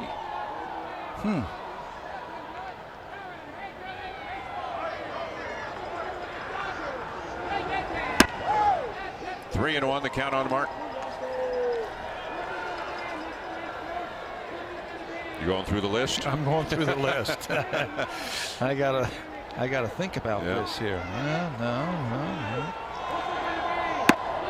Inside, ball 4, and a base runner for the Blue Jays with 2 down to bring up Randal Grichuk, who's got an RBI single tonight. Continues to be hot since coming back from the injury. He got off to just a awful start for the Blue Jays. Before the injury, he had 25 games and hit just 106 with a lot of strikeouts. But coming back from that injury, that was on June the 1st, he's played 9 games. Look at the average.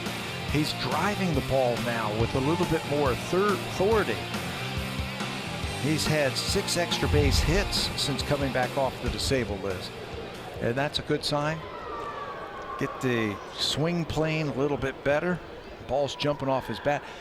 I'm sure there were times in April where he was trying with a new team to do a little bit too much. You know what, I want to prove the worth of that trade. I want to show you that I can do the job. And when you try too hard, bad things are going to happen. That happens a lot. That's a very common thing, right? When a guy gets acquired by a new team. Is now the Rays bullpen gets up. Diego Castillo. Yeah, it happens all the time, especially when you travel from one league to the other league and you're not real familiar with the pitchers that you're dealing with. But he's always kept a very positive attitude. You know, he's always pleasant to talk to. And, you know, I'm sure by the end of the season, his numbers are going to be where the Blue Jays were expecting when they acquired him. Well, he comes over as generally about a 240 hitter with a lot of power. 20 to 25 homers, never having gotten 500 at bats in a season.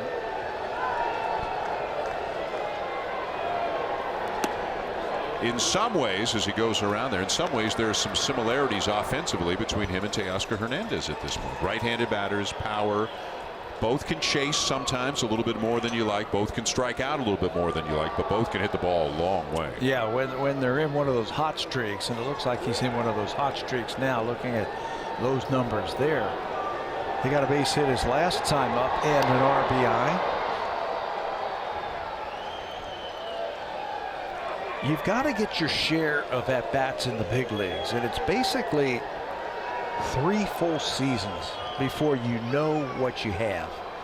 That season where you're the new guy, the season where they adjust to you, then the season where you adjust to the pitchers.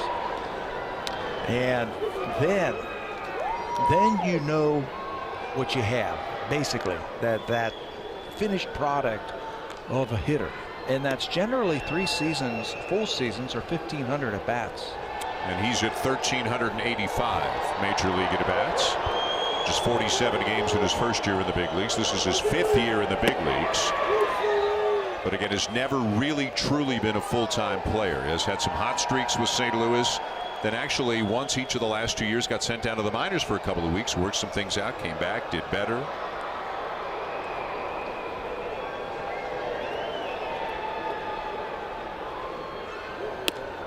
Two balls and a strike. He was a guy, before exit velocity was something that everybody said, he was a guy, when you talk to Cardinals people about him, like I'm going back like 3-4 years when it wasn't as common as it is now. He was one of the first guys where I heard the term exit velocity. It was about Gritchen. And it was high. It was high exit velocity. He hit a ball the other day for a double that was about, I think it was 110 miles an hour. You know, you get those balls in the air traveling at 110 miles an hour. They end up in the seats for home runs. More than half of his career hits have been for extra bases. It's just, can he make enough contact? Chases a ball in the dirt, and Ramos short hops the throw down to first, and a good play made by Bowers. And that'll be all for the Blue Jays here in the 6th. Still 5-4 Tampa Bay.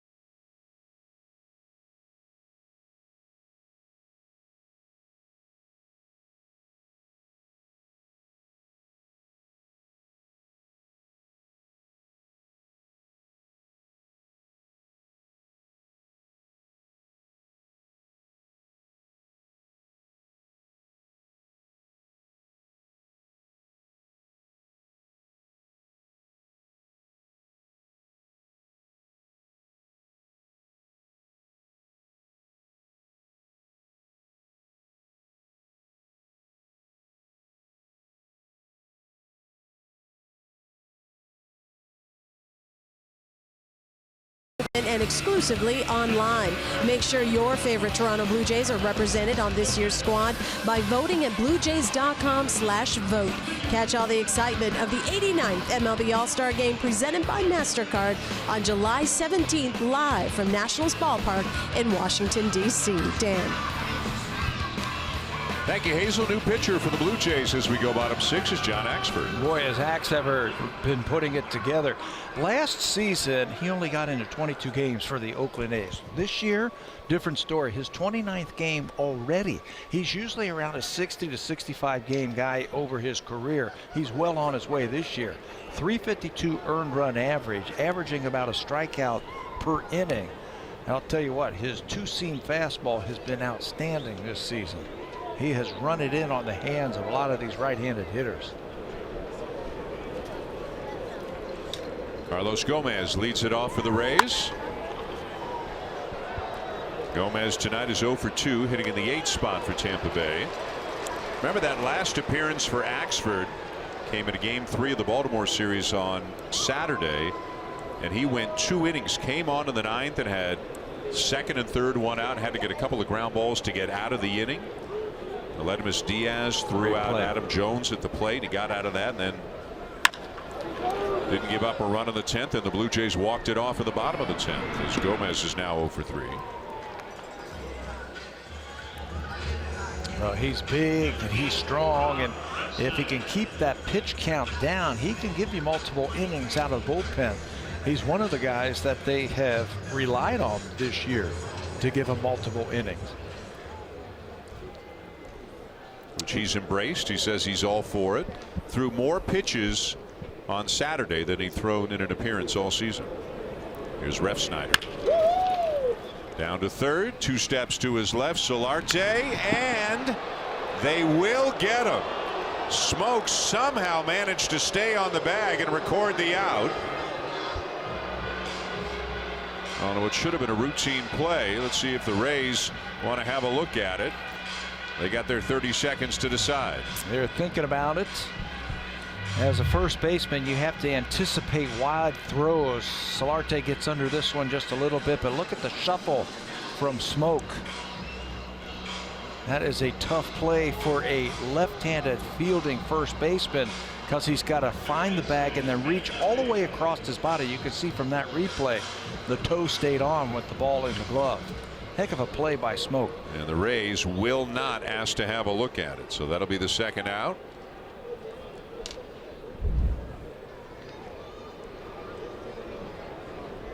And now Matt Duffy. You said earlier the Blue Jays have had trouble getting him out. He is 2 for 3 tonight. John Axford's got a chance for a really quick inning. Good play by Diaz. And the Rays are gone in a heartbeat. End of 6. Tampa Bay still leading 5-4.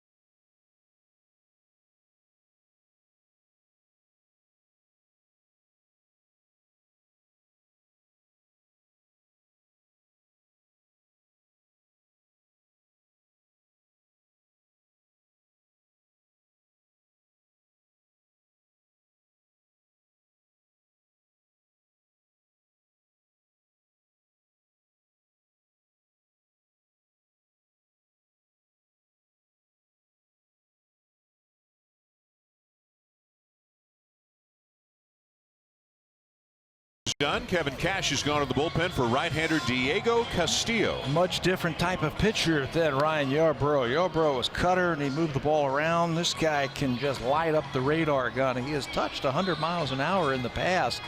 He was in AA last year, earned a promotion to AAA.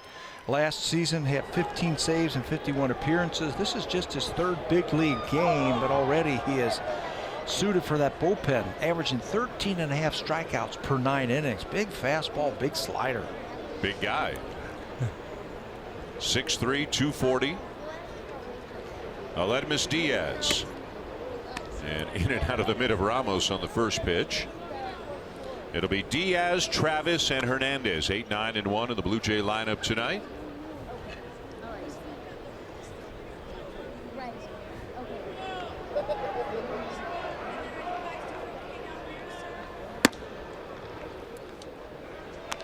.96, but Joe West says it's a little bit high. It sounded high, and it's ball 2. When you're facing a guy for the first time, you really want to get a good look at him. He's worked himself into a fastball count, and Diaz is a very good fastball hitter. Yeah, he can turn one around. He's flied out and popped up tonight.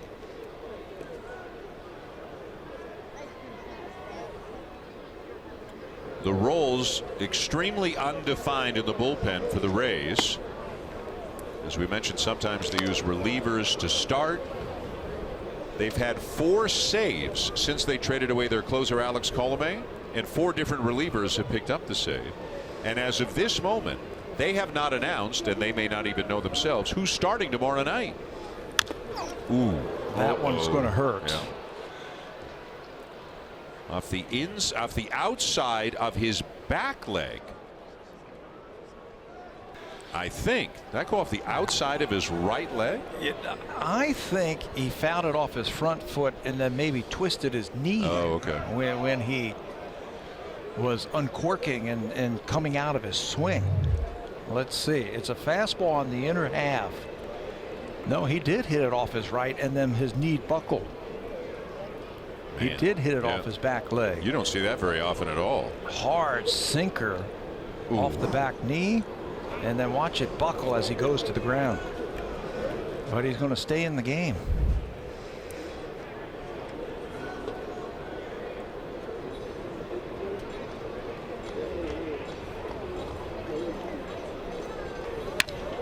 Fouls back to 3-2, a 97-mile-an-hour fastball. This field, this stadium, this baseball diamond is where he got hurt the last time when he stepped on first base awkwardly against Chris Archer and twisted his ankle and had to go on the disabled list.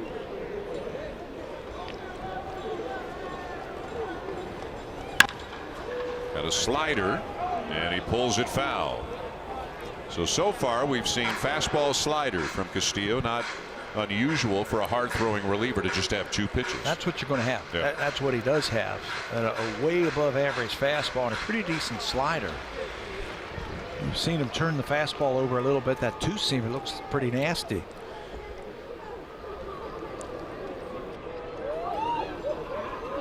Again, the 3-2. And he chased a breaking ball down and away to strike out 1 down. How's that for confidence? Just 24 years old, his 3rd big league game. He gets the 3-2 to the first batter he faces in the 7th inning of a 1-run game and throws him a 3-2 slider. It looks like he was limping just a little bit on his way back to the dugout.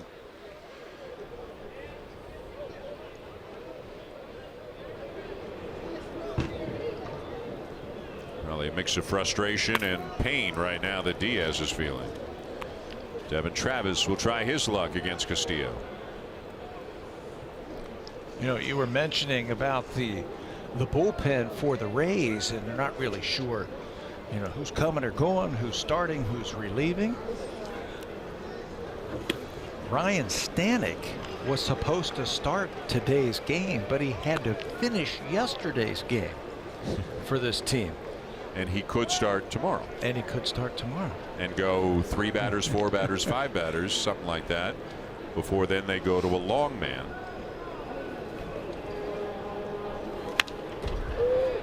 Yeah, it's basically day by day. They're putting this together. When I asked Gibby before the game, I said, when do you find out who they're starting? Because normally, say yesterday, you'd know all 3 starting pitchers for the Rays, and Gibby can say, okay, I'll sit this guy this day against that pitcher.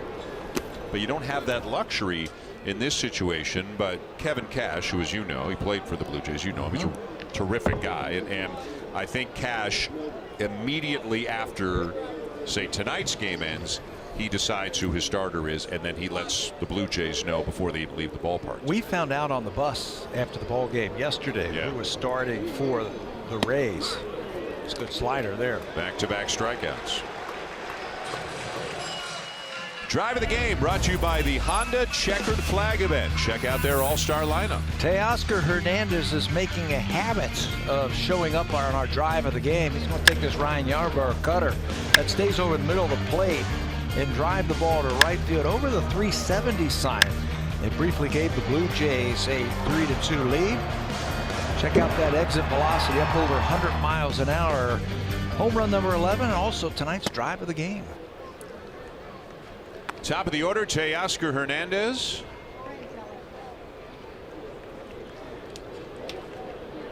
That was number 11 that we just showed you as he moves within one of Yangervis Solarte for the club lead.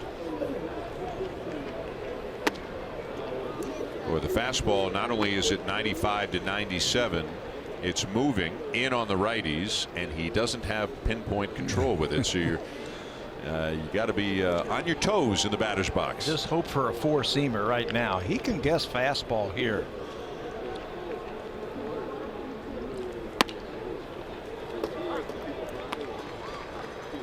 This looks a lot like Miguel Castro's fastball from the Baltimore Orioles, with some big movement on it.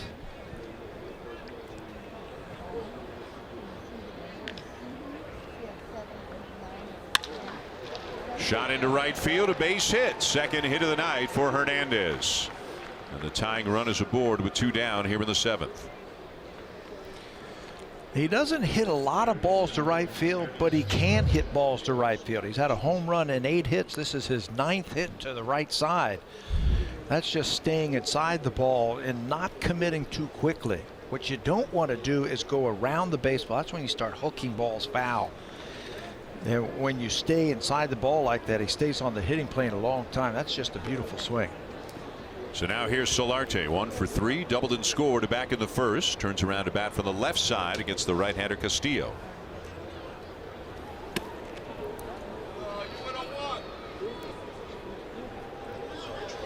You know, the Blue Jays are down by a run, and they do have a home run hitter at the plate in Solarte.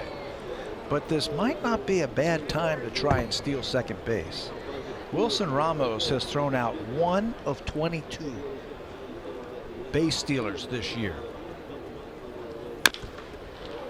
Foul ball. I think I might take my chances.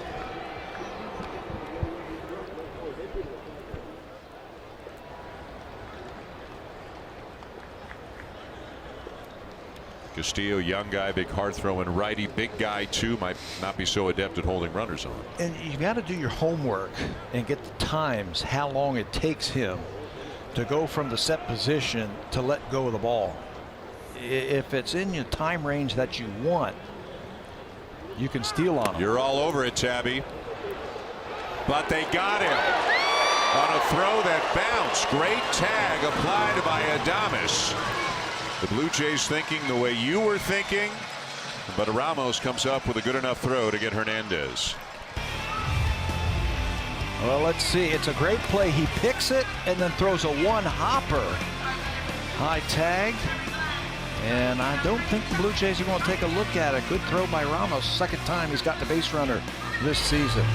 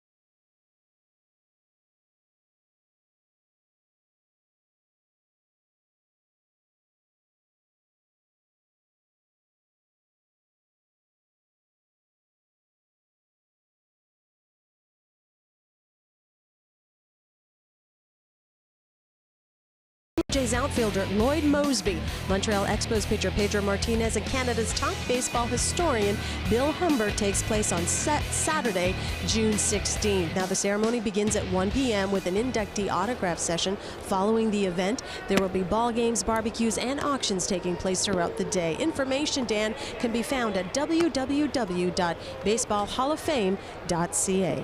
Located in St. Mary's, Ontario. Well, if the shaker's going to be there, it'll be fun. We know that, right? A lot of energy in the house. I'll say.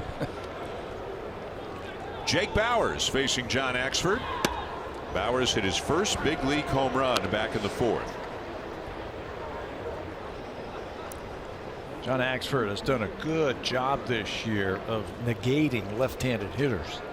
They are hitting under 100 against him, and that goes to show that hard sinker is working.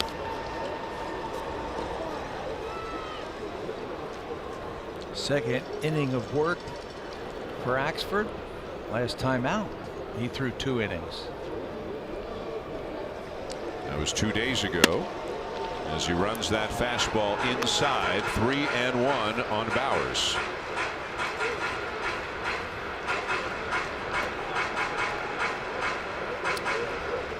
Johnny Venters is up for Tampa Bay. And if you're saying Johnny Venters, yes, Johnny Venters, as Axford walks the leadoff man. Venters is a fascinating story. Had 3 great years in relief for Atlanta. And we've all heard of pitchers who have had Tommy John, and we've occasionally heard of pitchers who have had Tommy John surgery twice. Johnny Venters has had that procedure 3 times. And has come back. He had not pitched in the major leagues for years, for about 5 years. 3 surgeries, recovery time, pitched in the minors last year. He is back in the big leagues this year after 3 Tommy John procedures. Swing and a miss, Wilson Ramos. I mean, you can only imagine what the rehab was like, and the weight training and the strengthening and recovering from surgery 3 times, how badly he wanted to get back into the big leagues. A lot of lonely hours on your own, with the hope of getting back up on a mound. He's leaning at first base. He's going, and it's a line drive base hit into right center. And Tampa Bay's got runners on the corners with nobody out. Yeah, he was leaning over there at first base. It looked like it might have been a hit and run, which is an interesting call on an 0-1 count. Watching him over there, he was flinching like he wanted to go. Axford held the ball a long time, and Ramos crosses up the defense by shooting that ball to right field. First and third, nobody out. Tampa Bay already up 5-4 in the bottom of the 7th, and threatening to add on as the bullpen stirs again. C.J. Cron is the batter.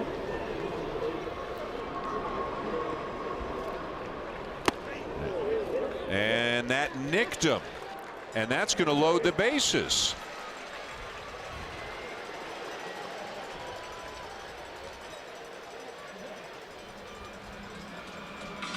So a real mess here in the bottom of the 7th as Russell Martin heads out to the mound to talk to Axford, and also to buy a little time for the bullpen as Hyun-Hwan Oh has just gotten up.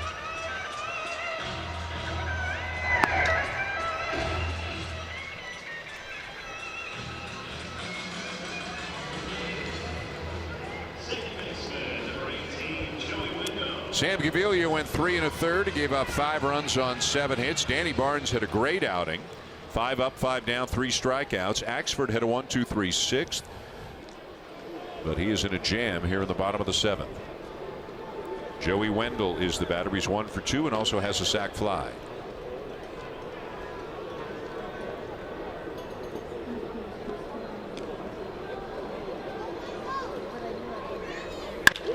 Back to the mound, knocked down.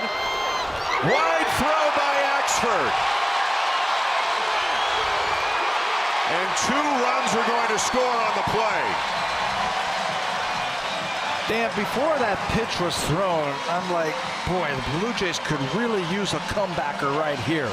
They were playing the infield back in the middle. They were conceding a run. So the only way they could stop a run and still get an out on the ground was a comebacker. That's exactly what they got, but unfortunately, they can't turn the double play. It started with the drop ball right there. Then John picks it up and throws wildly. They were only going to get one out after he couldn't come up with it cleanly. And then when the ball goes back to the backstop, they're going to get another run. Well, you couldn't have asked for a better ball to field and get a 1-2-3 double play and get out of this thing. But the Blue Jays can't come up with it.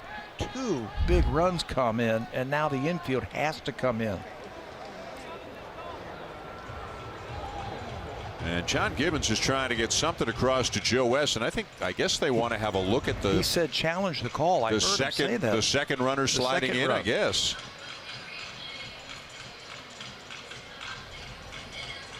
It looked like the tag was after the runner touched the plate, if that's what they're challenging.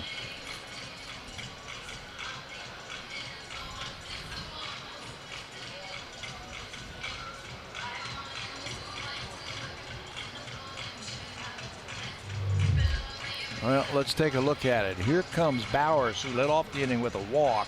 He slides. He doesn't interfere with anybody. And as the second run comes in, where's the tag? It's high, and it looks like it's after he touched the plate.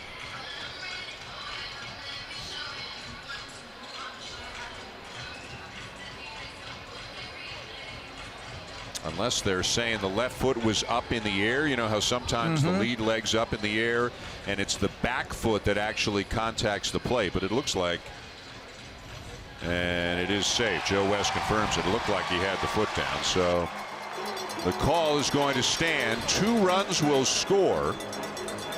And Gibby's on his way to the mound to make a pitching change.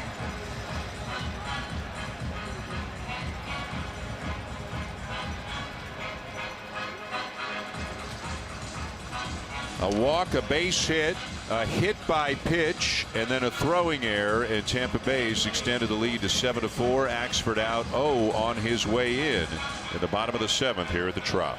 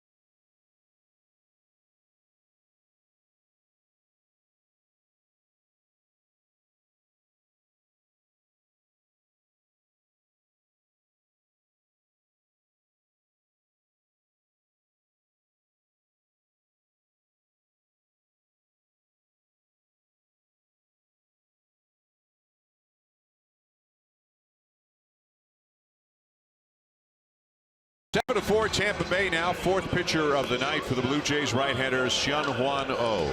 He worked in the first 2 games against the Baltimore Orioles in that 4-game series back on Thursday and Friday, and actually threw the ball really well. 9 pitches in that game on Thursday, 10 to go 2/3 of an inning on Friday. So he's got that ERA back under 4, and he's in a predicament here. 1st and 3rd, nobody out. His fastball's been much better. His slider's been better his last 2 times out. Willie Adames is the batter. That fastball sneaks by him. It's 0-1. Adames, a walk, an RBI single, and a strikeout. Travis is a little bit backed up at second. Left side of the infield is even with the bag. They're in the baseline in a little bit more. As it's 1-1 now on Adames. First and third's always tricky, though. What do you do if a ground ball's hit to you? Well, look at the score and look at the inning. I don't think you can give up any more runs. Yep. So you've got to go home on any ground ball. If that runner at third base is going home, you got to get the run and keep it off the board.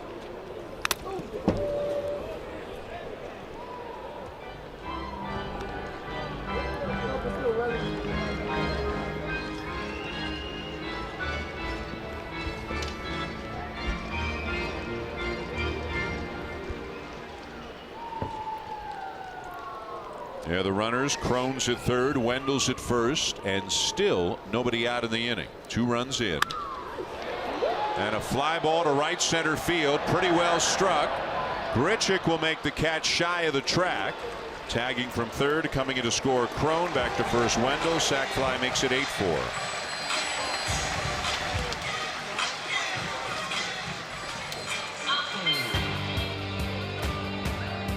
It's time to fire up your senses. Your best experience begins with Broil King. Available at your local home hardware. Here's how. A big bottom of the 7th here for the Rays.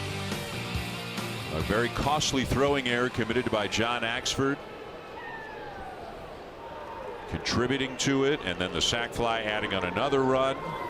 Here's Malik Smith, who takes a strike over the outside corner, 0-1. A couple of sacrifice flies tonight by the Tampa Bay Rays, and that's their ball. Type of ball that they play. Slap the ball all over. Be tough at bats. Chad Mottola was telling me, he said, we do a really good job of staying in the middle of the field if we have to. We can hit the ball the other way if we have to. We don't have a lot of power, and that's the kind of game that we have to play. They had so much power on the team last year. Steven Souza, Corey Dickerson, Evan Longoria, Logan Morrison. Totally different type of team this year. A ton of turnover. Malik Smith 1 for 3, had an RBI single back in the 3rd inning.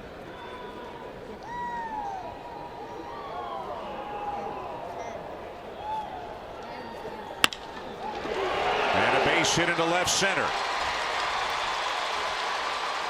Around to third, on the plate comes Wendell. And another part of their game is you've got to go first and third.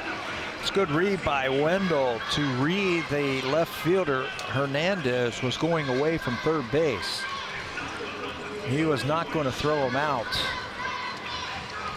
So he takes advantage of that, and he gets to third base for his teammate Gomez, where he can score on a fly ball.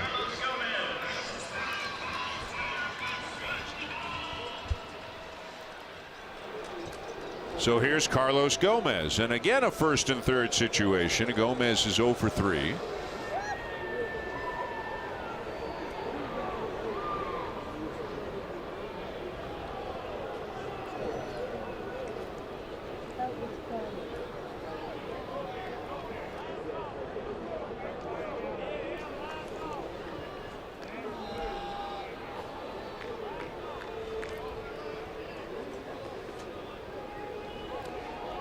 And there's the new guy, Preston Gilmet, is getting up. He just joined the Blue Jays today. He was in the organization, briefly never pitched for the Jays a few years ago. But it's Gilmet who was claimed on waivers off waivers from St. Louis, and has taken the spot of Tim Meza on the roster.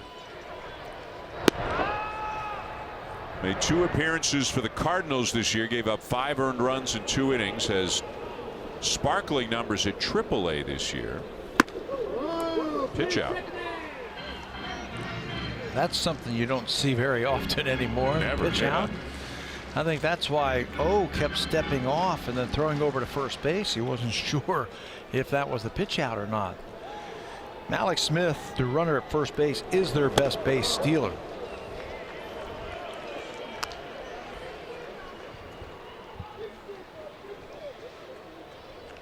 Smith has a dozen steals on the season, but he has been caught 7 times.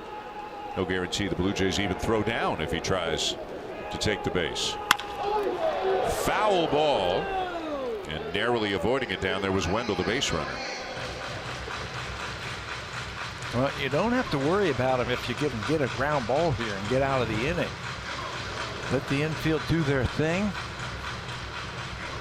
and keep him right there at first base.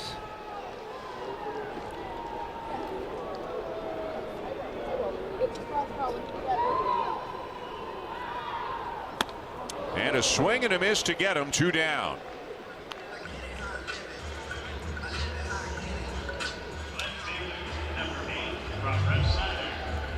High fastball does the trick. Gomez has always been a free swinger. A little bit anxious there trying to drive in the run. You know, they might do something now with 2 outs with runners on first and third. They might try to scent that runner, and that's why Russell Martin stepped out to give the sign of where he's going to throw the ball in case he takes off. Not going, and Ref Snyder takes a strike. 0 for 3 on the night. A game in which the Blue Jays held leads of 1-0, 3-1, and 4-3, and now find themselves down 8-4. Popped up right side. Travis makes the catch. Anything but routine here at Tropicana Field. But Travis there. The Rays, though, get 3, lead 8-4 after 7. Travis realizing nothing comes easy here at the Trop.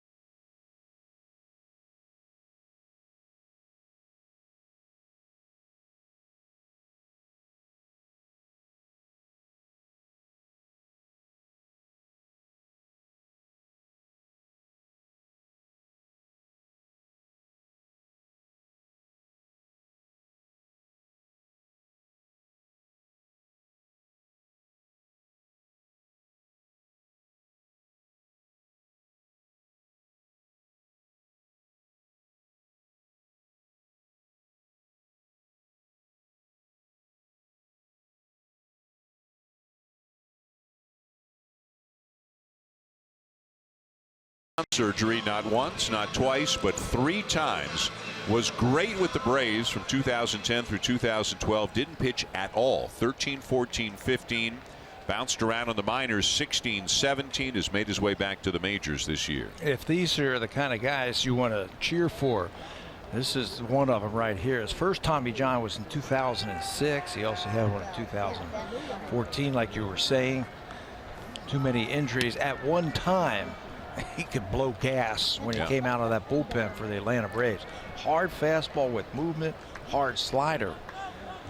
This is his first time back on the mound since that start I talked about a few days ago, 5 days ago, down in Washington, when he lasted just a third of an inning. Gave up 5 earned runs. 2 balls and a strike on Yangervis Solarte with Justin Smoke and Kendrys Morales to follow.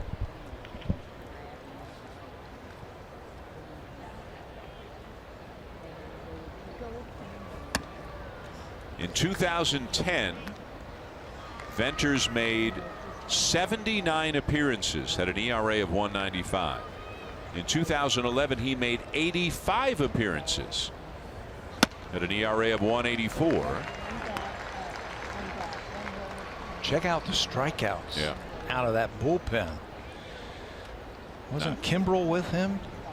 Those two down in that bullpen for the Atlanta Braves at one point. Full count pitch. And that's at the knees for strike 3 called.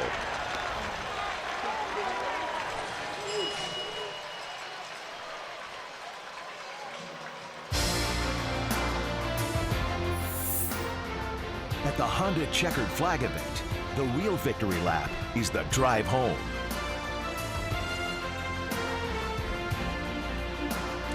Dan Shulman and Pat Tabler, Hazel May with you here at Tropicana Field, where the Rays have an 8-4 lead on the Blue Jays in the top of the 8th inning. Solarte frustrated. Looked like it had the bottom part of the strike zone, but obviously he didn't think so. And the batter's Justin Smoke, who's 0 for 3.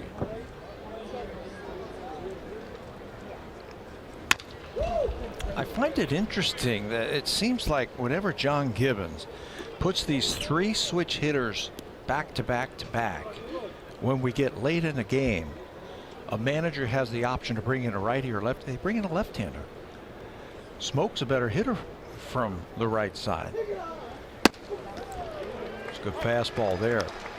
Morales says, I have more power from the left side. I'm a better average hitter from the right side. I find it interesting that managers keep doing it.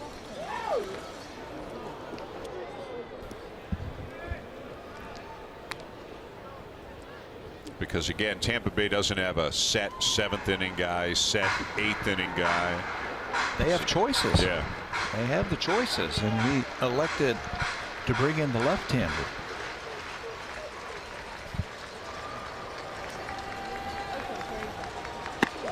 Inside, and that's ball 4.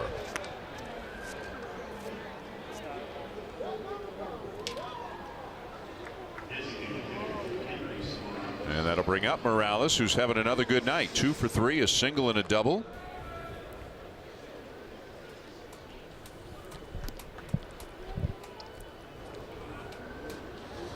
The Blue Jays runs tonight, coming on an RBI single by Morales in the first, 2-run homer by Teoscar Hernandez in the third, and an RBI single by Randall Grichuk in the fourth. Well, he's still got that movement on that fastball, running away from the righties. At 94, if he can find that release point, and I think the pitching coach is going to remind him about something. He made 244 relief appearances before he had that first start, the last time he was on the mound. So that was a little foreign for him to make a start. That was last Wednesday in Washington.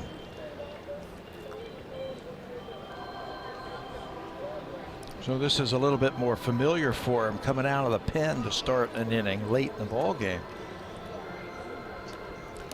And a guy who has been a reliever his entire career, but he has started 5 games for the Rays this year as part of this new system that they have.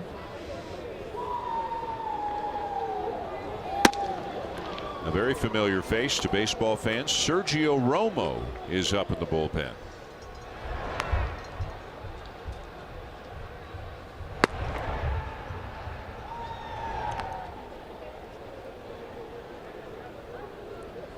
The 2-0 and a double play ball.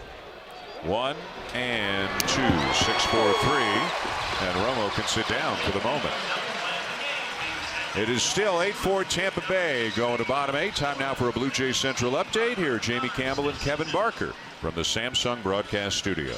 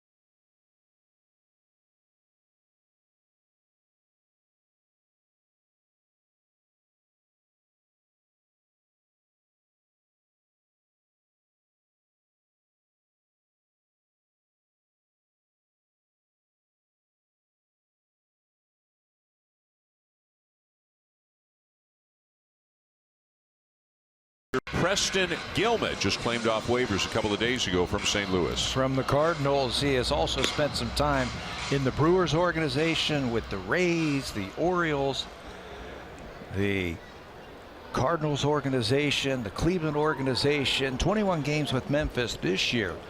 Fastball, slider, a little bit of a split finger, a little bit of everything. Change up. He'll throw strikes. Yeah, the Blue Jays just needed a little bit of depth. That's why they picked him up, brought him right here to the big leagues, and he's in his first game. Matt Duffy's up. He's 2 for 4.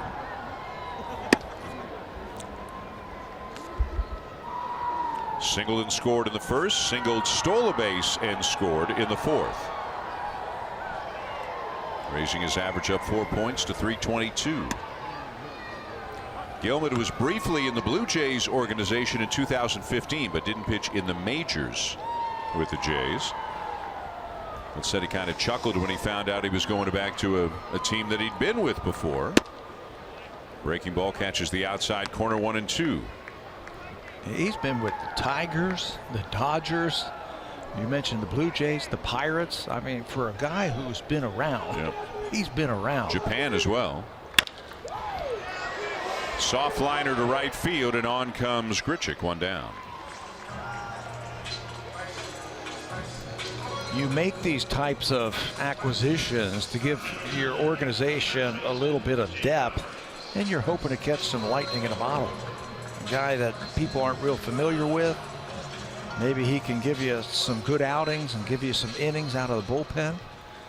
Unfortunately, it cost Tim Meza a job. Tim was sent down after yesterday's ball game to make room for Gilmet. Pitched 2 very good innings yesterday. I think a lot of people thought Joe Biagini might be the guy to go down because he's struggling right now. But they're back down to 1 lefty with Loop. As that ball is hit hard but foul. Man, bring your glove and good things happen.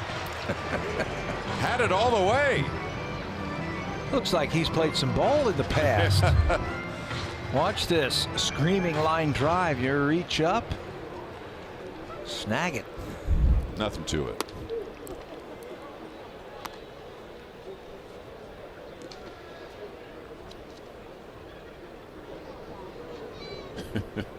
He's a celebrity. And a roller out to second for Travis for out number 2.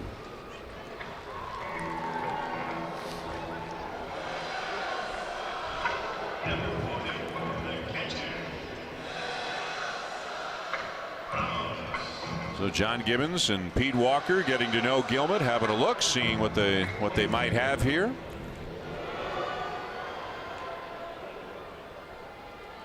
Even the mascot's coming down. Tell me how you did it.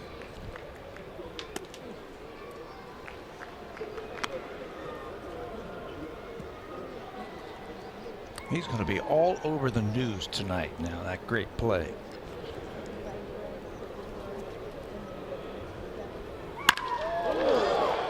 Hard hit ball left field, but Hernandez is there.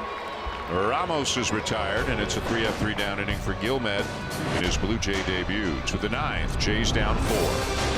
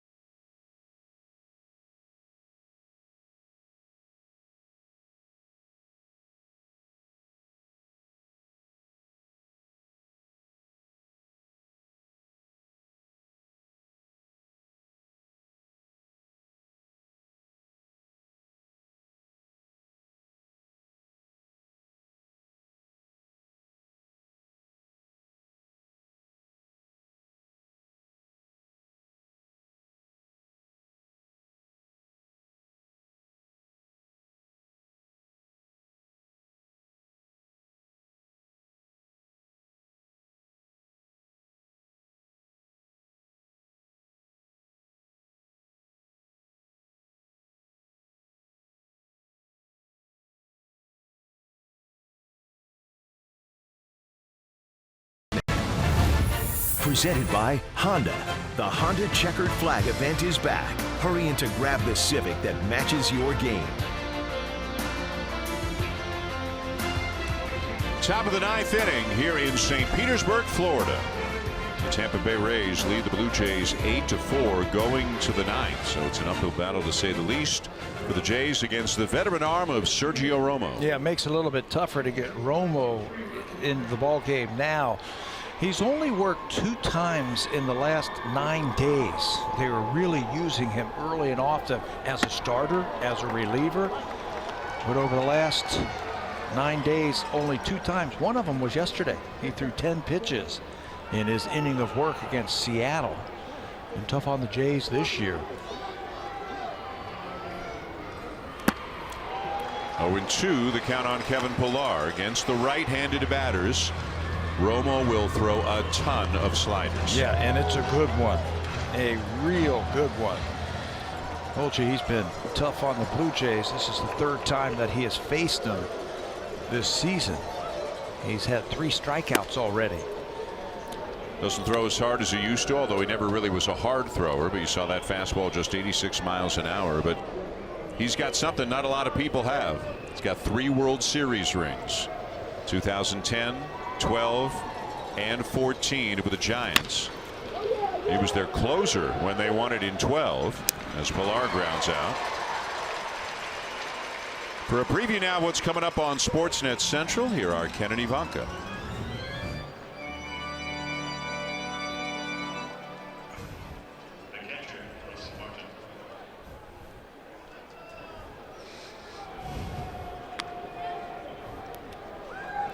That's one of the big questions. It's not the biggest offseason NBA question. That, of course, is where's LeBron going to play next year? That's going to go on for a while. But what about the Raptor coaching situation? Here's Russell Martin, 1 for 2 with a walk. Where is LeBron going to go? I have no idea. There's no perfect spot. Yeah, there is. Where? Stay in Ohio. No need to leave. As a Southern Ohio guy, are you a Cavs fan? I'm a basketball fan. You're a basketball I'm from Ohio. fan. I'm a Buckeye. You know, he's an Ohio guy. All right. Now, if you're looking for You're a from winner, the other side of the state. Yep. You're looking for a winner. Yeah. You play on a winner. You're in the NBA championship. They're going to need a little help to beat Golden State if they meet them in the finals next year. Every team needs help to get by Golden State. Yeah. Right? Can you convince him to come to Toronto? LeBron? Yeah. Let's see what I can do. Okay. 2-1. Fouled off by Martin. 2 balls, 2 strikes. Romo is so difficult to hit for a right-handed batter because of the angle of that slider that's coming in. It looks like it's starting right at you, but when it crosses the plate, it almost crosses the plate at a 45-degree angle. That's tough to keep fair unless he makes a mistake.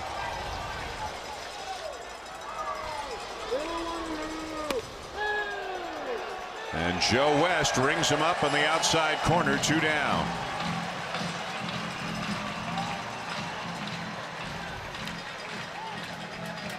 So the Rays are an out away from taking the opener of the series. We're back with you again tomorrow night. Jaime Garcia gets the start for the Blue Jays. We don't know yet who's getting the start for the Rays. They're going to announce it probably after the game. Randall Grichuk is 1 for 3, had an RBI single back in the 4th inning. If it holds up, Ryan Yarbrough would get the win for the Rays, and Sam Gaviglio would take the loss, giving up 5 earned runs and 3 1/3.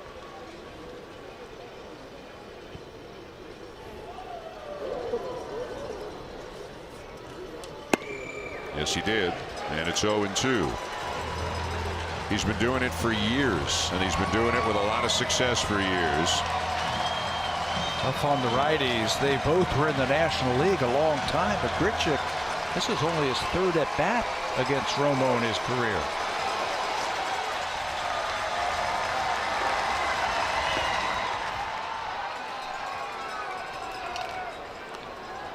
Romo shaking his head, didn't like the way he executed that pitch. And for John Gibbons, DeMarlo Hale, and the Blue Jays, that looks like that 4-game winning streak is going to go by the wayside.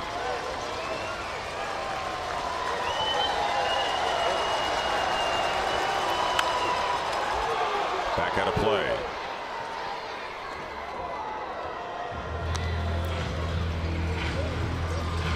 And if the Rays win, they'll jump over the Blue Jays back into third place in the American League East. They're a half game back coming into this one tonight.